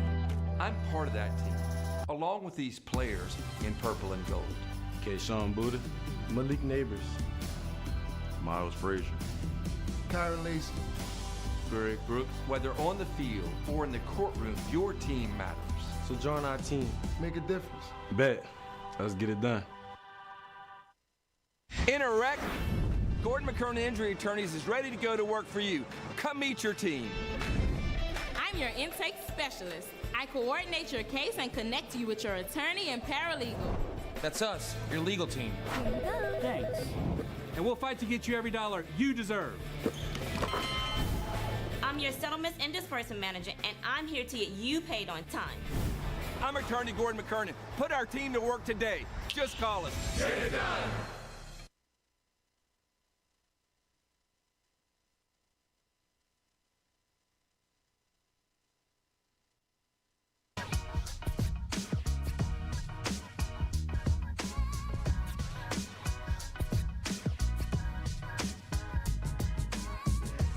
All right, welcome back here to the Jordy Culotta Show, driven and powered by Go Chevrolet. Shout out to Jumbo, Ronnie Rants, one of our guest hosts last week, sitting in as we were away and lit the room on fire. Oh man, I heard Rants turned it into a roast, just a 2-hour roast. Yeah, promotion awesome. of it was great. I'm sure. It was a promo show. I laughed the whole time. I sent him the document. So I'm sure he was talking nothing but Hall of Fame. Oh my God. The fight. He had the fighters on. Did you see that part? Well, I they saw on came social in. media. They came in. What, Baton Rouge Rougarou? Oh my God. He was dressed head to toe in that. For sure. Did he not do any skip? No, No, skip. and I asked for a skip off between these two, and wouldn't do nobody it. would do How? it. He was you don't want none of that smoke. That's what I said. No, you I don't was want like, none of hey, that. I Your can't go. skip is good. Yeah, but that's- compared to that's Tulane I versus know. Georgia. Yeah, but I don't- Like, well, and Jock was on too. We had Jock as a guest. that's a good one. No skip off happened. I want to play the game that, who was the late night host that used to play it? It might have been Jimmy Fallon, when they would spin the wheel and they would make their guests Yeah, I think do it like a was. Britney Spears drop her kids Oh, off at Katie would carpool kill type that thing. one. If we could do the wheel with Jacques Yes. and have We need to do Jacques' that. wheel of Skip, Saban, Buddy, Les Mouse. I mean, he's name them. You know, what I mean, like Kim Mulkey. Yeah, we need to do that. What's his best? I'd say his best is probably Kent Lowe. Oh, it is great. His That's Kent true. Lowe, Yeah, and if you know is Kent, phenomenal. Yes, because that's what makes it so much. Because he even does Kent to Kent. Yeah. You know, like And that's Kent how, probably doesn't know. That's how respectful he is about it. You know what I mean? But it's Jacques. It's just his one-liners. Mm-hmm. Or actually, his John Brady. He's good. His Brady is. That's awesome. But We the could thing put together a little wheel. The thing about Brady is, you got to be able to cuss. Yeah. That's what makes it. Well, JD will cuss here. That's what I'm saying. Yeah, right? he But will. I don't know if he would do that the whole thing publicly. And Because if- me and Moscona did a bit on Brady on Whiskey and Wine one night, and Brady was even like, y'all take that down. That's enough now. I'd appreciate if y'all took that down. What was that? Whiskey and wine. Yeah, Off the right. rails. Yeah, I appreciate you. I it gotta was make a crazy. phone. It was crazy. Let me call Jordy. But yeah, like spin the because Jacques because that's the thing about Jacques, you can pick it up at any moment. Yeah, I know. And like you never Rance, know what's coming. You know, like yeah. Rance can slide into it. Rance actually does a better Smoke Laval. Really? Because he can have like a conversation between Skip and Smoke. Like with himself. Kind of like Eddie Murphy did. Yeah. You know, like at Yeah. the table. You know, like where he played like in Coming to America in the barbershop where he played everybody. I mean, Rance can do. He can have like a conversation between Skip and Smoke. Yeah. As as one person. It's insane. Which is All right, next time like you go he out of tells- town, we're having he Rance tell do all when that. he tells the UNLV story. I believe it was his freshman year on the 1991 national championship team. Mhm. Skip took the LSU team to play UNLV Yeah. in Vegas. Yeah. And God. Skip's a big gambler. Right. And him and Smoke Laval would the tell the stories. boys I tell think the I've boys heard that like story. curfew. When he was in the casino past curfew. and him and Rich Cordani, one of the great all-time Tigers. I mean, Cordani Sounds like is a mafia guy. For real. he is a New Orleanian to the bone. Clearly. You know what I mean? Like, and a mohawk. I mean, like, look at like a this DB. Really? Hit a mohawk? triple in the natty, and his helmet came all stood up, like pumping up the crowd. Dude, he was the finest. Yes, Rager, bro. You know what I mean? Like, I'm with Cordani. And like Rance and Cordani, like freshmen in college, throw on suits, like, The- sunglasses, not a pot to piss in. Ain't got a dime. Ain't got a dollar. Ain't got a dollar in their pocket. Go downstairs and like stand at the craps. Ronnie's like starting the next day. Yeah. Like they've like run out of pitchers. Ronnie's a freshman. They're like, Rance, you're going. Rance like calls his parents. They're like flying up. They're like coming to watch you play. Oh my god, and that's And what he's fucking doing. Cordani and Rance are on the other end of the craps table and Smoke's on the end. And he said he just looks at it, he goes, "You boys don't worry about dressing tomorrow." Yeah. Like just like Imagine. walks upstairs. Smoke But goes, when he when goes, Skip, I stay mean, as long as you like. You yeah, ain't playing tomorrow. Yeah, He's you're like, not don't worry playing about it. tomorrow. Don't worry I about can't it. imagine that feeling. And I think the way that Rance tells it is that he was actually in the bathroom when everybody else got caught, and they didn't tell him. And No. so he goes and sits down at like the blackjack table looking for everybody, and Smoke comes up behind him, puts both hands on his Oh shoulders, my goes, God. "Oh, big guy," and he's like, "Don't worry about leaving the table."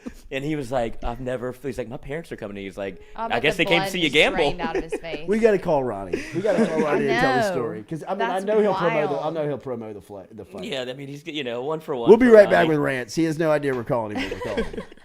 He's awake. No doubt. He said he usually gets up about 8:30. Perfect. Perfect. That man. Let me work from his house.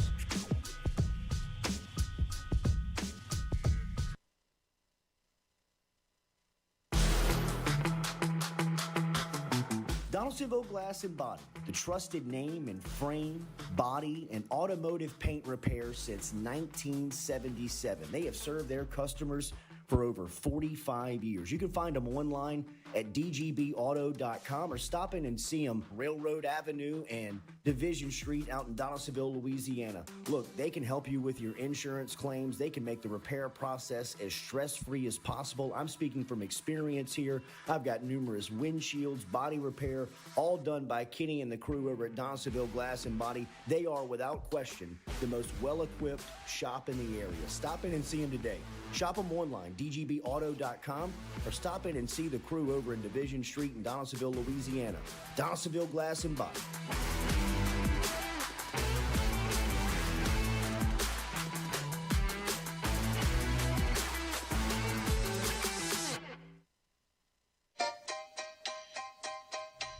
Hey fellas, it's Jordy Culotta for my friends over at Men's Total Health. Guys, do you suffer from fatigue, decreased libido, erectile dysfunction, weight gain or loss of muscle mass, signs of depression, anxiety, hair loss, mental fog, general loss of interest? Then you might be suffering from low testosterone. Go see my friend Mike Roach and his great team over at Men's Total Health, over in Metairie at menstotalhealth.net online. And stop in and see how they can change your life today. A simple shot and some knowledge from Mike Roach can get you back up, moving with your energy, get your sex drive back, build your muscle mass, make you feel young again. All online, menstotalhealth.net.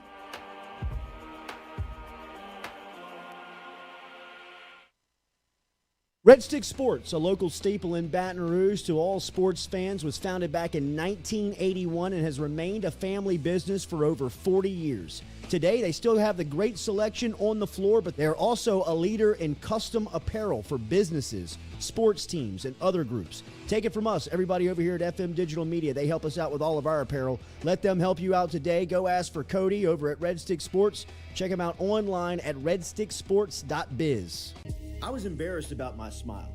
Are you unhappy at yours? Do you not smile back at yourself? I called my friend, Dr. Spillers, over at Johnson Spillers. He fixed my smile, and now everywhere I go, people are complimenting it after the work that Dr. Spillers and the staff did to my mouth. They can do it to yours. Get in touch with them. JohnsonSpillers.com. 2 locations, one in Gonzales, one in Baton Rouge. Easy to find them, JohnsonSpillers.com.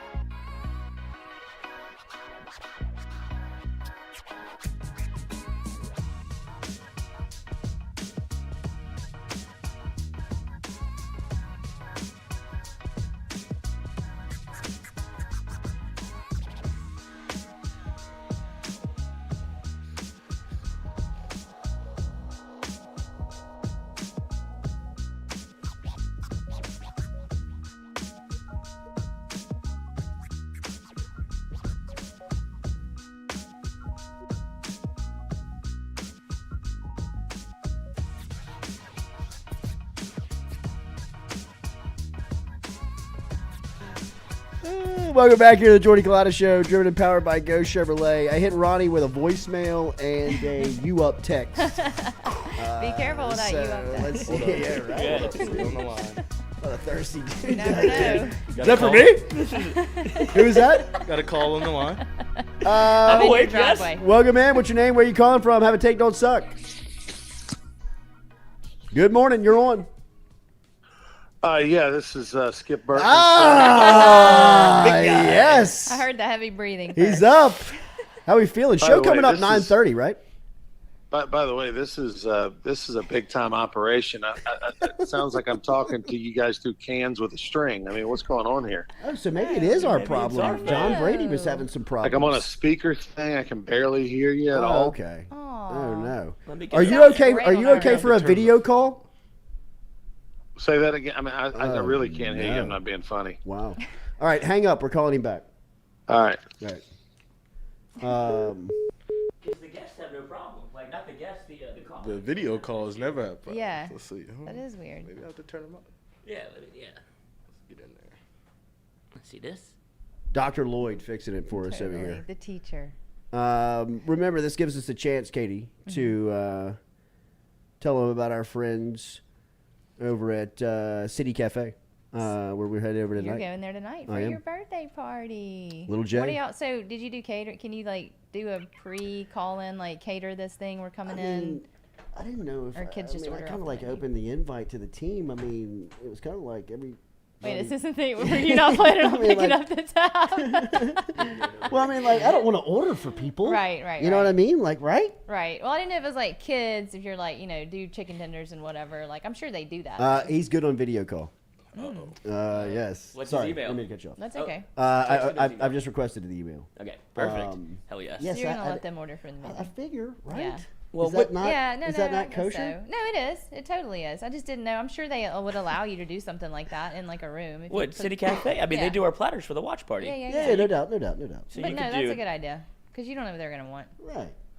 You know, and I Yeah. mean, Are there adults there? Are you wrangling Are the the parents whole? coming? Yes. Okay. Oh, okay. Then yeah, perfect. Okay. I mean, it's So, after yeah. the game. Okay. Yeah. So you 'Cause if couldn't you have done were- that. Yes. Yeah. Okay, I'm just reading the 100%. room. I didn't know If I if read it you just incorrectly, invited just let me know. kids. If you're like, Okay. hey, just the team, the kids, I'm taking y'all. Like, here we go. Okay. I don't think the parents would agree to that. School night. Oh, that's true. It is a school night. What time's the dinner? 5:45 tip at the basketball game. So I'm talking 7. Yeah. Oh yeah, that's plenty of time to order, Out by sit 8? down, Yeah. get a That's cocktail. gonna be fun. He'll get some gifts. Yeah. Yeah. Right. Yeah. Okay. For sure. Sleepover or no? Not tonight, It's a school Coach. night. I know. David, Well, you some just some said. parents will let you do that for the birthday. Like it's early in the school year, you really can't. A bunch of Well, boys it's sleeping actually over late on in a the school night. year. It's actually second semester. We're going into the next year. That's true. Lord. Oh no, I'll look at every semester as its own entity. Oh. His name. Oh, God. People will know what that is. Yeah, I guess. I mean, Ronnie at brrugaroo.com. That's awesome. Email now for tickets if His you'd like to get a It's season pass. Ronnie at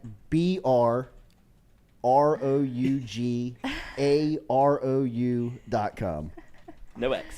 I will tell y'all a little bit while we're waiting about the Caesars ticket giveaway because the last one we did was tickets to the Florida game last night. I'm not sure if anyone won tickets. We'd love to know if you did through the Caesars app. But the next giveaway is February 16th, South Carolina.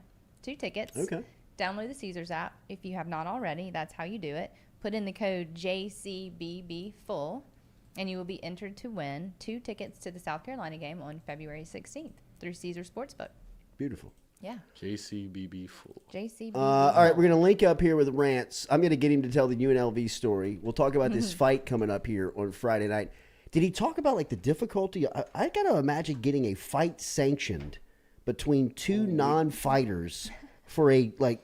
You can't just put this stuff together and sell tickets. He was trying to get me like to there's go a boxing commission that has to oversee I don't this, think- right? Well, not if there's it's not a wrestling professional. before. I don't think it's because it's not a sanctioned fight. That has to be like professional. Then you get like WADA involved. But I mean, you think- got to have like ambulance on hand here But who and are stuff, the wrestlers? right? Are they I like have no legit idea. real I wrestlers? have no idea. Oh, the wrestling thing will probably have all of that, but I think this is going to be. I mean, he it's says it's just- 3 rounds. I think 2 minutes each round with a 30-second break, and I was like, 3 minute. No, 3 rounds, 2 minutes. 2 minute 3 rounds. Yes. What? With Casey McKenzie 3 and Ryan rounds lasting Moranto. That's what I said is going to make it By 30 no seconds. means am I Adonis. By no means am I in good shape. We got the Don. But you're trying to sell There me. he is. There he is. You All ask right, him these welcome in from questions. the Louisiana Hall of Fame, from the Baton Rouge Rougarou, and from this fight that's happening on Friday night, the premier promoter, Ronald Rants. Jumbo. You got to Oh, plug no. it in, plug it into Oh, the. no. Hold take up, it out. hold up, Hold Ronnie. on. Stop talking. We need to, Stop talking. We need him to clear up the time too. Okay. The Here we go. timing. Let's Okay. do that. Check in, Ronnie. Can y'all hear me now? We got you, buddy. We got You you. hear Hi, us? good morning. Good morning. Thanks for waking me up. It's glad to be here. Yes. You're a little banged up, Coach. The sunglasses. Yeah, right. Little sunglasses and shades. Ronnie, before we get started, can I put you on the spot? Can you tell the UNLV story real quick? I was trying to do it. I did not do it justice. Yeah. So I was a freshman in 1991. We traveled to Vegas. Very Skip Bertman-like to do that. He loves the casinos. And we stayed at then one of the premier hotels in Vegas, which was the Las Vegas Hilton, which isn't on the Strip. The It's Rat like Pack. a couple blocks off the Strip. And I actually went to go see, you ready for this? Bill Cosby in concert. Oh my God. Guard your drinks. Bill Cosby had a residency at the time at the Las Vegas Hilton. My family, myself, and Mike Neal, who was another great player at LSU, we sat on the front row and high-five Bill Cosby when he came out on stage. It was a great show. Probable Who knew Cosby. that hand I was touching would? Yeah, right. Oh, the Cos got him. Speaking of Cosby. That was just my alarm going off. Sorry about that. I thought you were getting a call.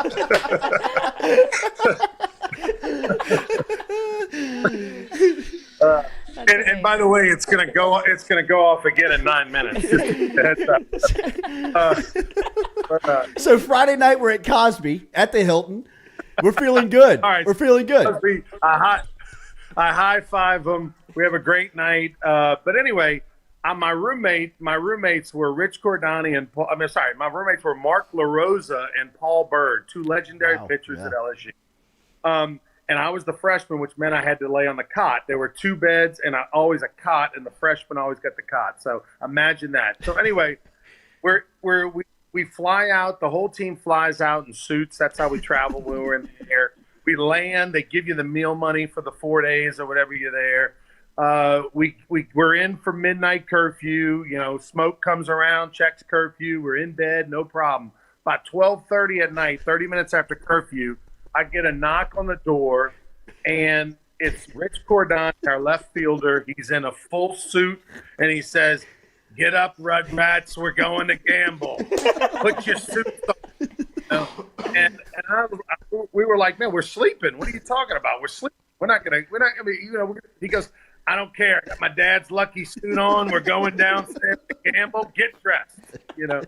So of course we're cheap, and we get dressed. We go downstairs, and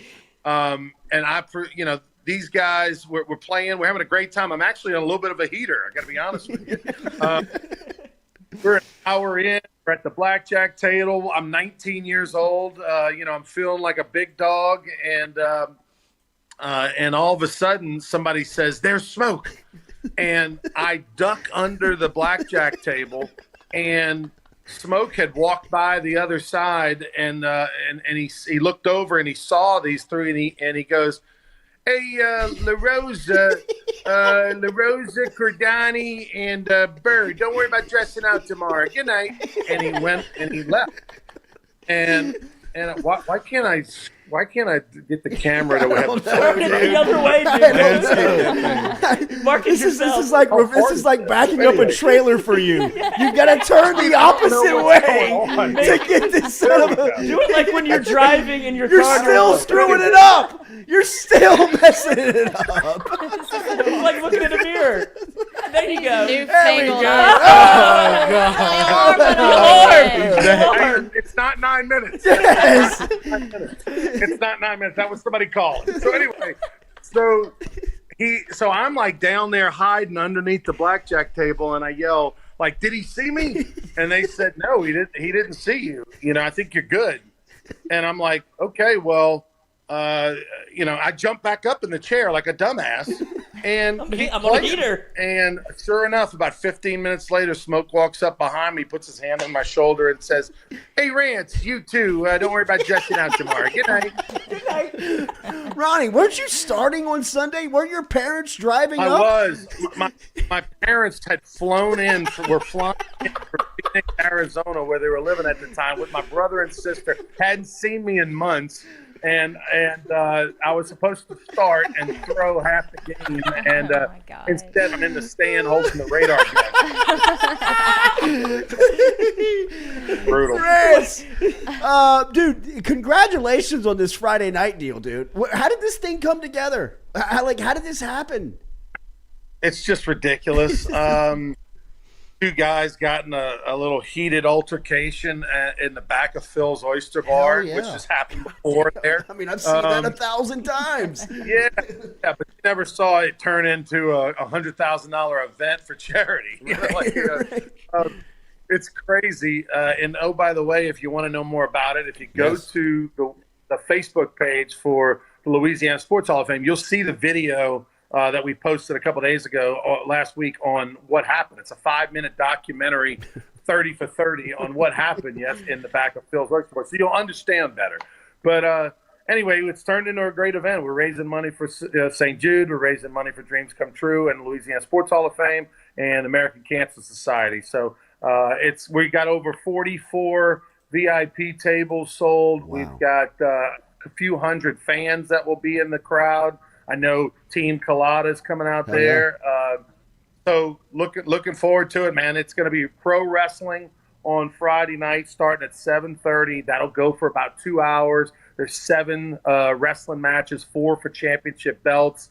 And then sometime probably about 9:45-ish is when the match of the century, the boxing event of the biggest fight in Louisiana since No Mas. I mean, Sugar Ray Leonard and Roberto Duran 40 years ago. I can't recall one. I mean, like, so I am expected to believe that McKenzie and/or Rants can stand in a ring for 2 minutes and swing at each other without dying.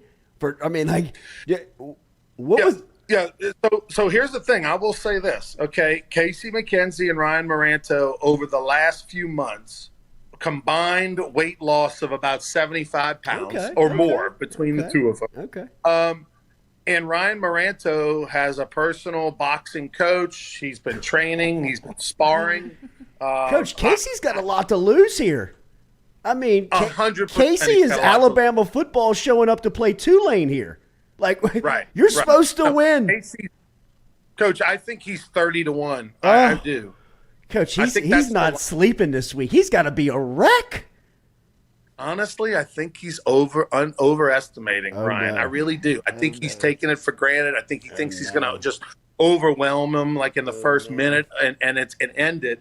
And I'm telling you right now, I'm starting to buy in. The coldest gambler of all time. No, he's fading. He's shifting. I'm believing in his chances. I know what's going on in his training camp. It's real, guys. It's real.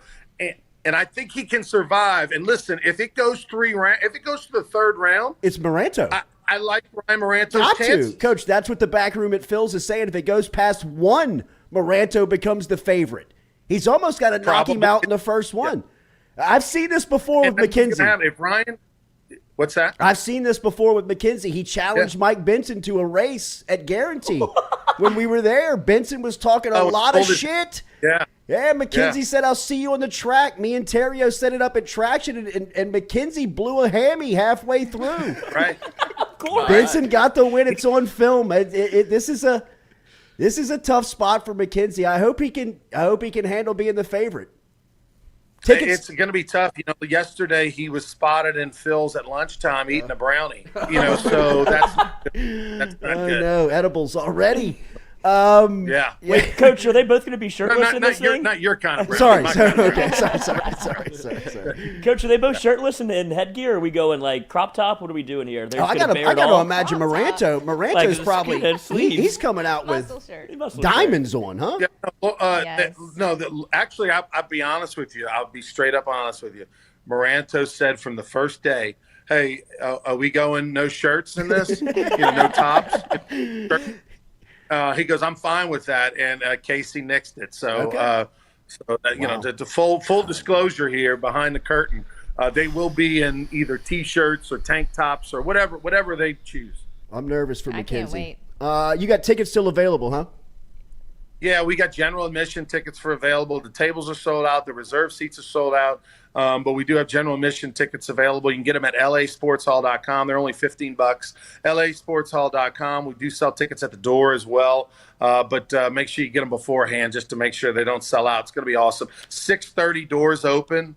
Friday night, 7:30 is when the fights begin. And I'm telling you, I got a little surprise that y'all don't know about, the fighters don't know about.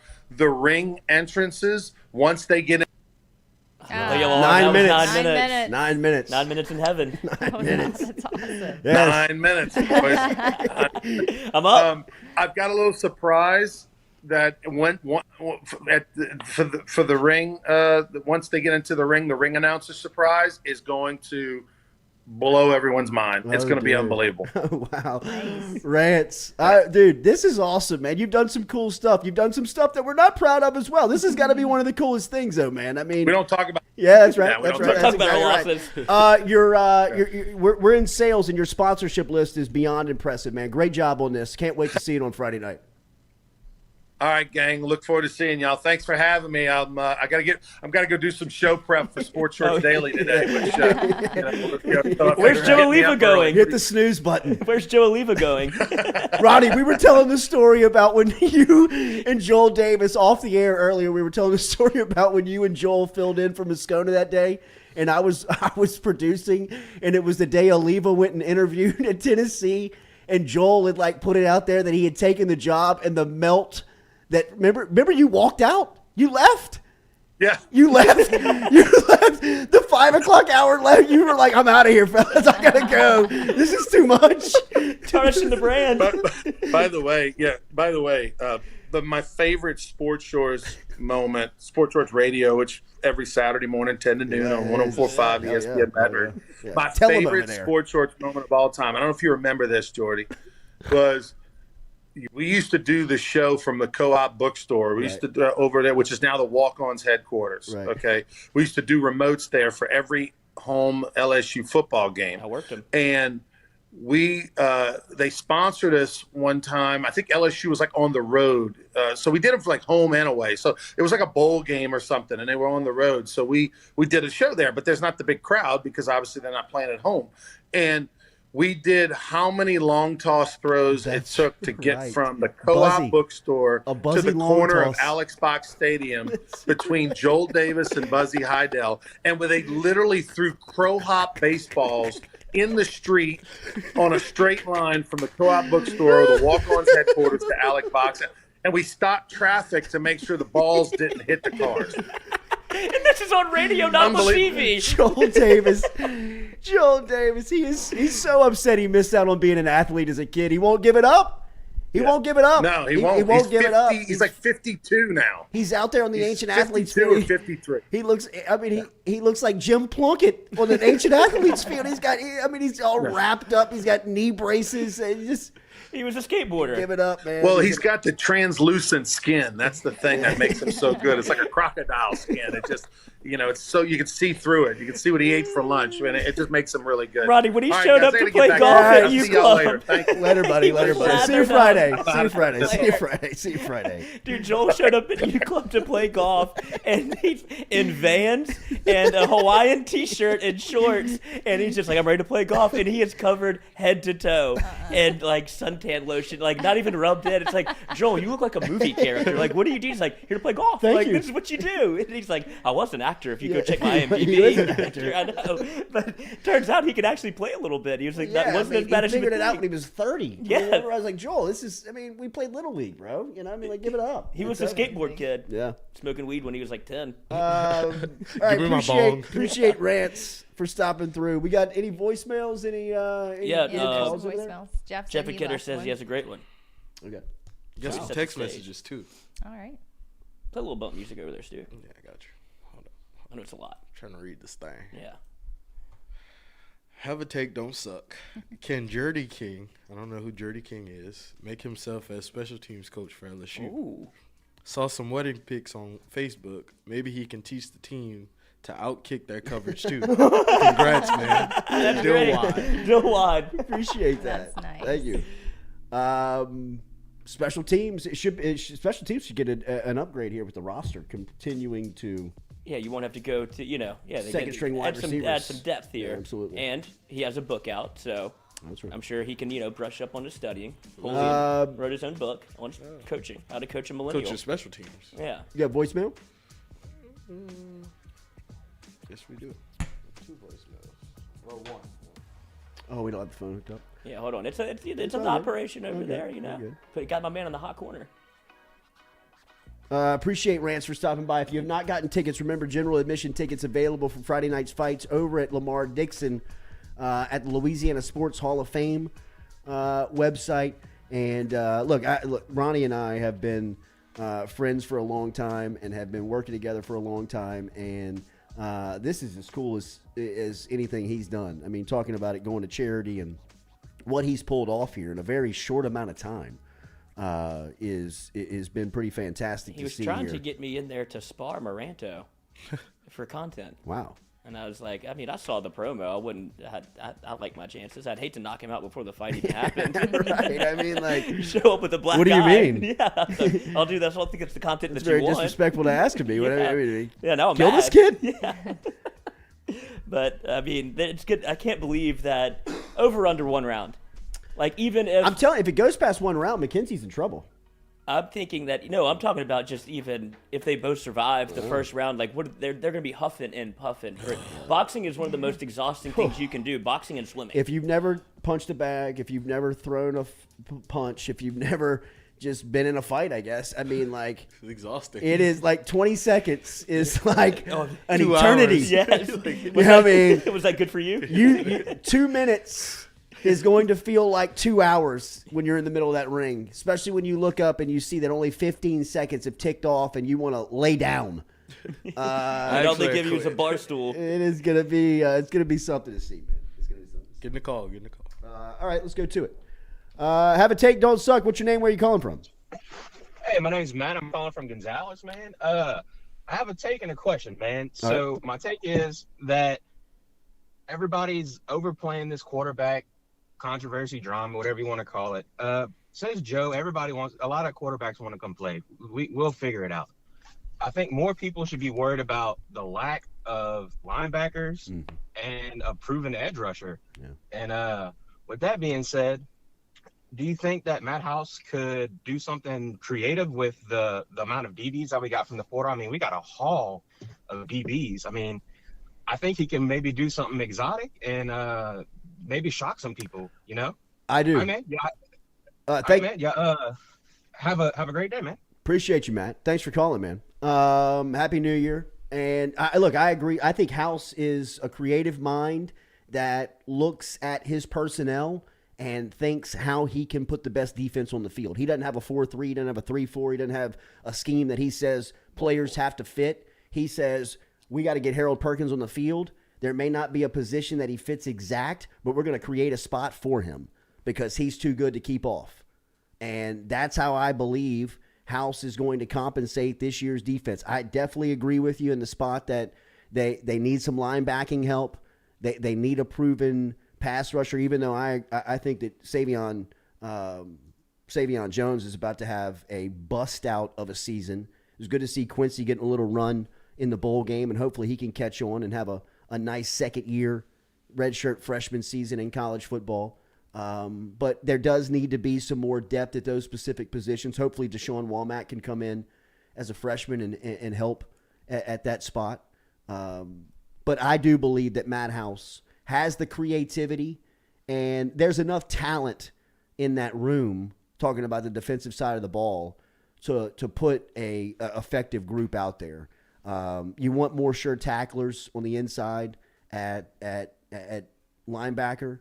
And I would even say you'd probably like some more depth on the defensive line, from a rotational standpoint, beyond the edge rushers. But I do believe that House has proven that he can make water out of wine, man. I mean, he's as creative and as good as I've seen in a long time around here. When coaching high talented guys, of just finding places for them and putting them in spots where they can become, really good players. Well, it's so refreshing to see, right? When you had the, I guess you would call it the experience that you had with, who's my guy that goes to Geno's that we cut after 1 year? Pelini. Pelini, where he comes in and wants to run. We're running 4-3 and that's it. Yeah. Like, to have somebody that actually adjusts their scheme to talent is kind of what you want whenever you have a coach. And that's why I am concerned a little bit about linebacker depth, but I'm not concerned about who we have on staff and how they're going to be able to adjust around that. For sure. I'm uncomfortable with you in those glasses. Yeah, you look weird. There's a collar on. All right. Weird. I look good. What's your name? Where are you calling from? Have a take, don't suck. This is Drew from Brownsville. What's up, Drew? How you doing, buddy? I'm all right. Hey, real quick. So this is mainly directed at Lloyd because it's about like a local Alexandria senior high legend. I went to Menard, but go ahead. So, well, I mean, kind of whatever. Anyway, who was that? This Jordy might know who it was, but it was a 4 or 5-star safety that ended up playing linebacker in the NFL. Nick Harris. Like 2000. Yes. Y'all know what ended up happening to him? I think he did like some he has a nickname for himself, but I think Chris McGee knows him well. Jared Mitchell knows him well, but he was a stud at Ash around like 2005, I would think, is whenever he was like really shining. 5-star, went to Oklahoma, played the national championship game against Tim Tebow in Florida. Went to the Bills for a little bit, and then I think he did like some TV stuff where he became like an actor. But I'm not sure what he's up to now. But Nick Harris was a legend. Oh, that's what he calls himself, Nick the Legend. So, wow. Yeah. So, real quick. So, I actually played football against him in Brazil in 2014. Ooh. How'd that go? In Brazil? Yeah, like Brazil has this major football federation. Even Tom Kraft, owner of the Patriots, wanted to do a couple games down there. What were you doing there? What's your resume? Wait, did you just sign up to play? Long story short, so I dated my high school's East Ascension's fucking foreign exchange student. We stayed together even after she went back to Brazil. So when I went to go visit her, I met like the president and CEO of one of the local teams. I ended up not being a very good student at Nickel State, like most of them, and I ended up deciding to drop out of college and go play football for free in Brazil. Bro, what a cool experience. It was my money. What were they gonna say? Yeah, that's true. That's pretty cool, man. Awesome. Thanks for calling in. Thank you for that $15,000 lump sum from an insurance from getting T-boned on Black Bayou and George Reed. There you go. Appreciate it, man. Get Gordon, get it done. Absolute bet. Bet. All right. Appreciate the involvement today. We got Shay coming up here talking recruiting. Make sure and stick around here to Shay whatever you got from a recruiting standpoint. Closing in on another signing day. So make sure that we are up to date on any names that you may be curious about with Shay and his recruiting show coming up here in a couple of minutes. All right, for everybody here on the crew, we'll be back with you tomorrow on Thursday morning. Josh Pate going to check in. He was over in Los Angeles. We'll wrap up the college football season with Pate coming up tomorrow morning. Remember when I thought we could get him as a guest? I was like, I'll get Josh Pate. Lloyd is like, no, you won't. He is in Los Angeles right now for the national championship. Reach out and try. Yeah. You have to be on the docket for about a month. Thank you for everybody for being involved here on this Wednesday too? morning. Hit that like button, share button, comment button. We'll be back with you tomorrow, driven by Go Chevrolet. Call Nick Saban. See what he's up to. Do you want to keep it on the stream, or do you want to go to break and bring Shay in? Okay. In the stream? Okay.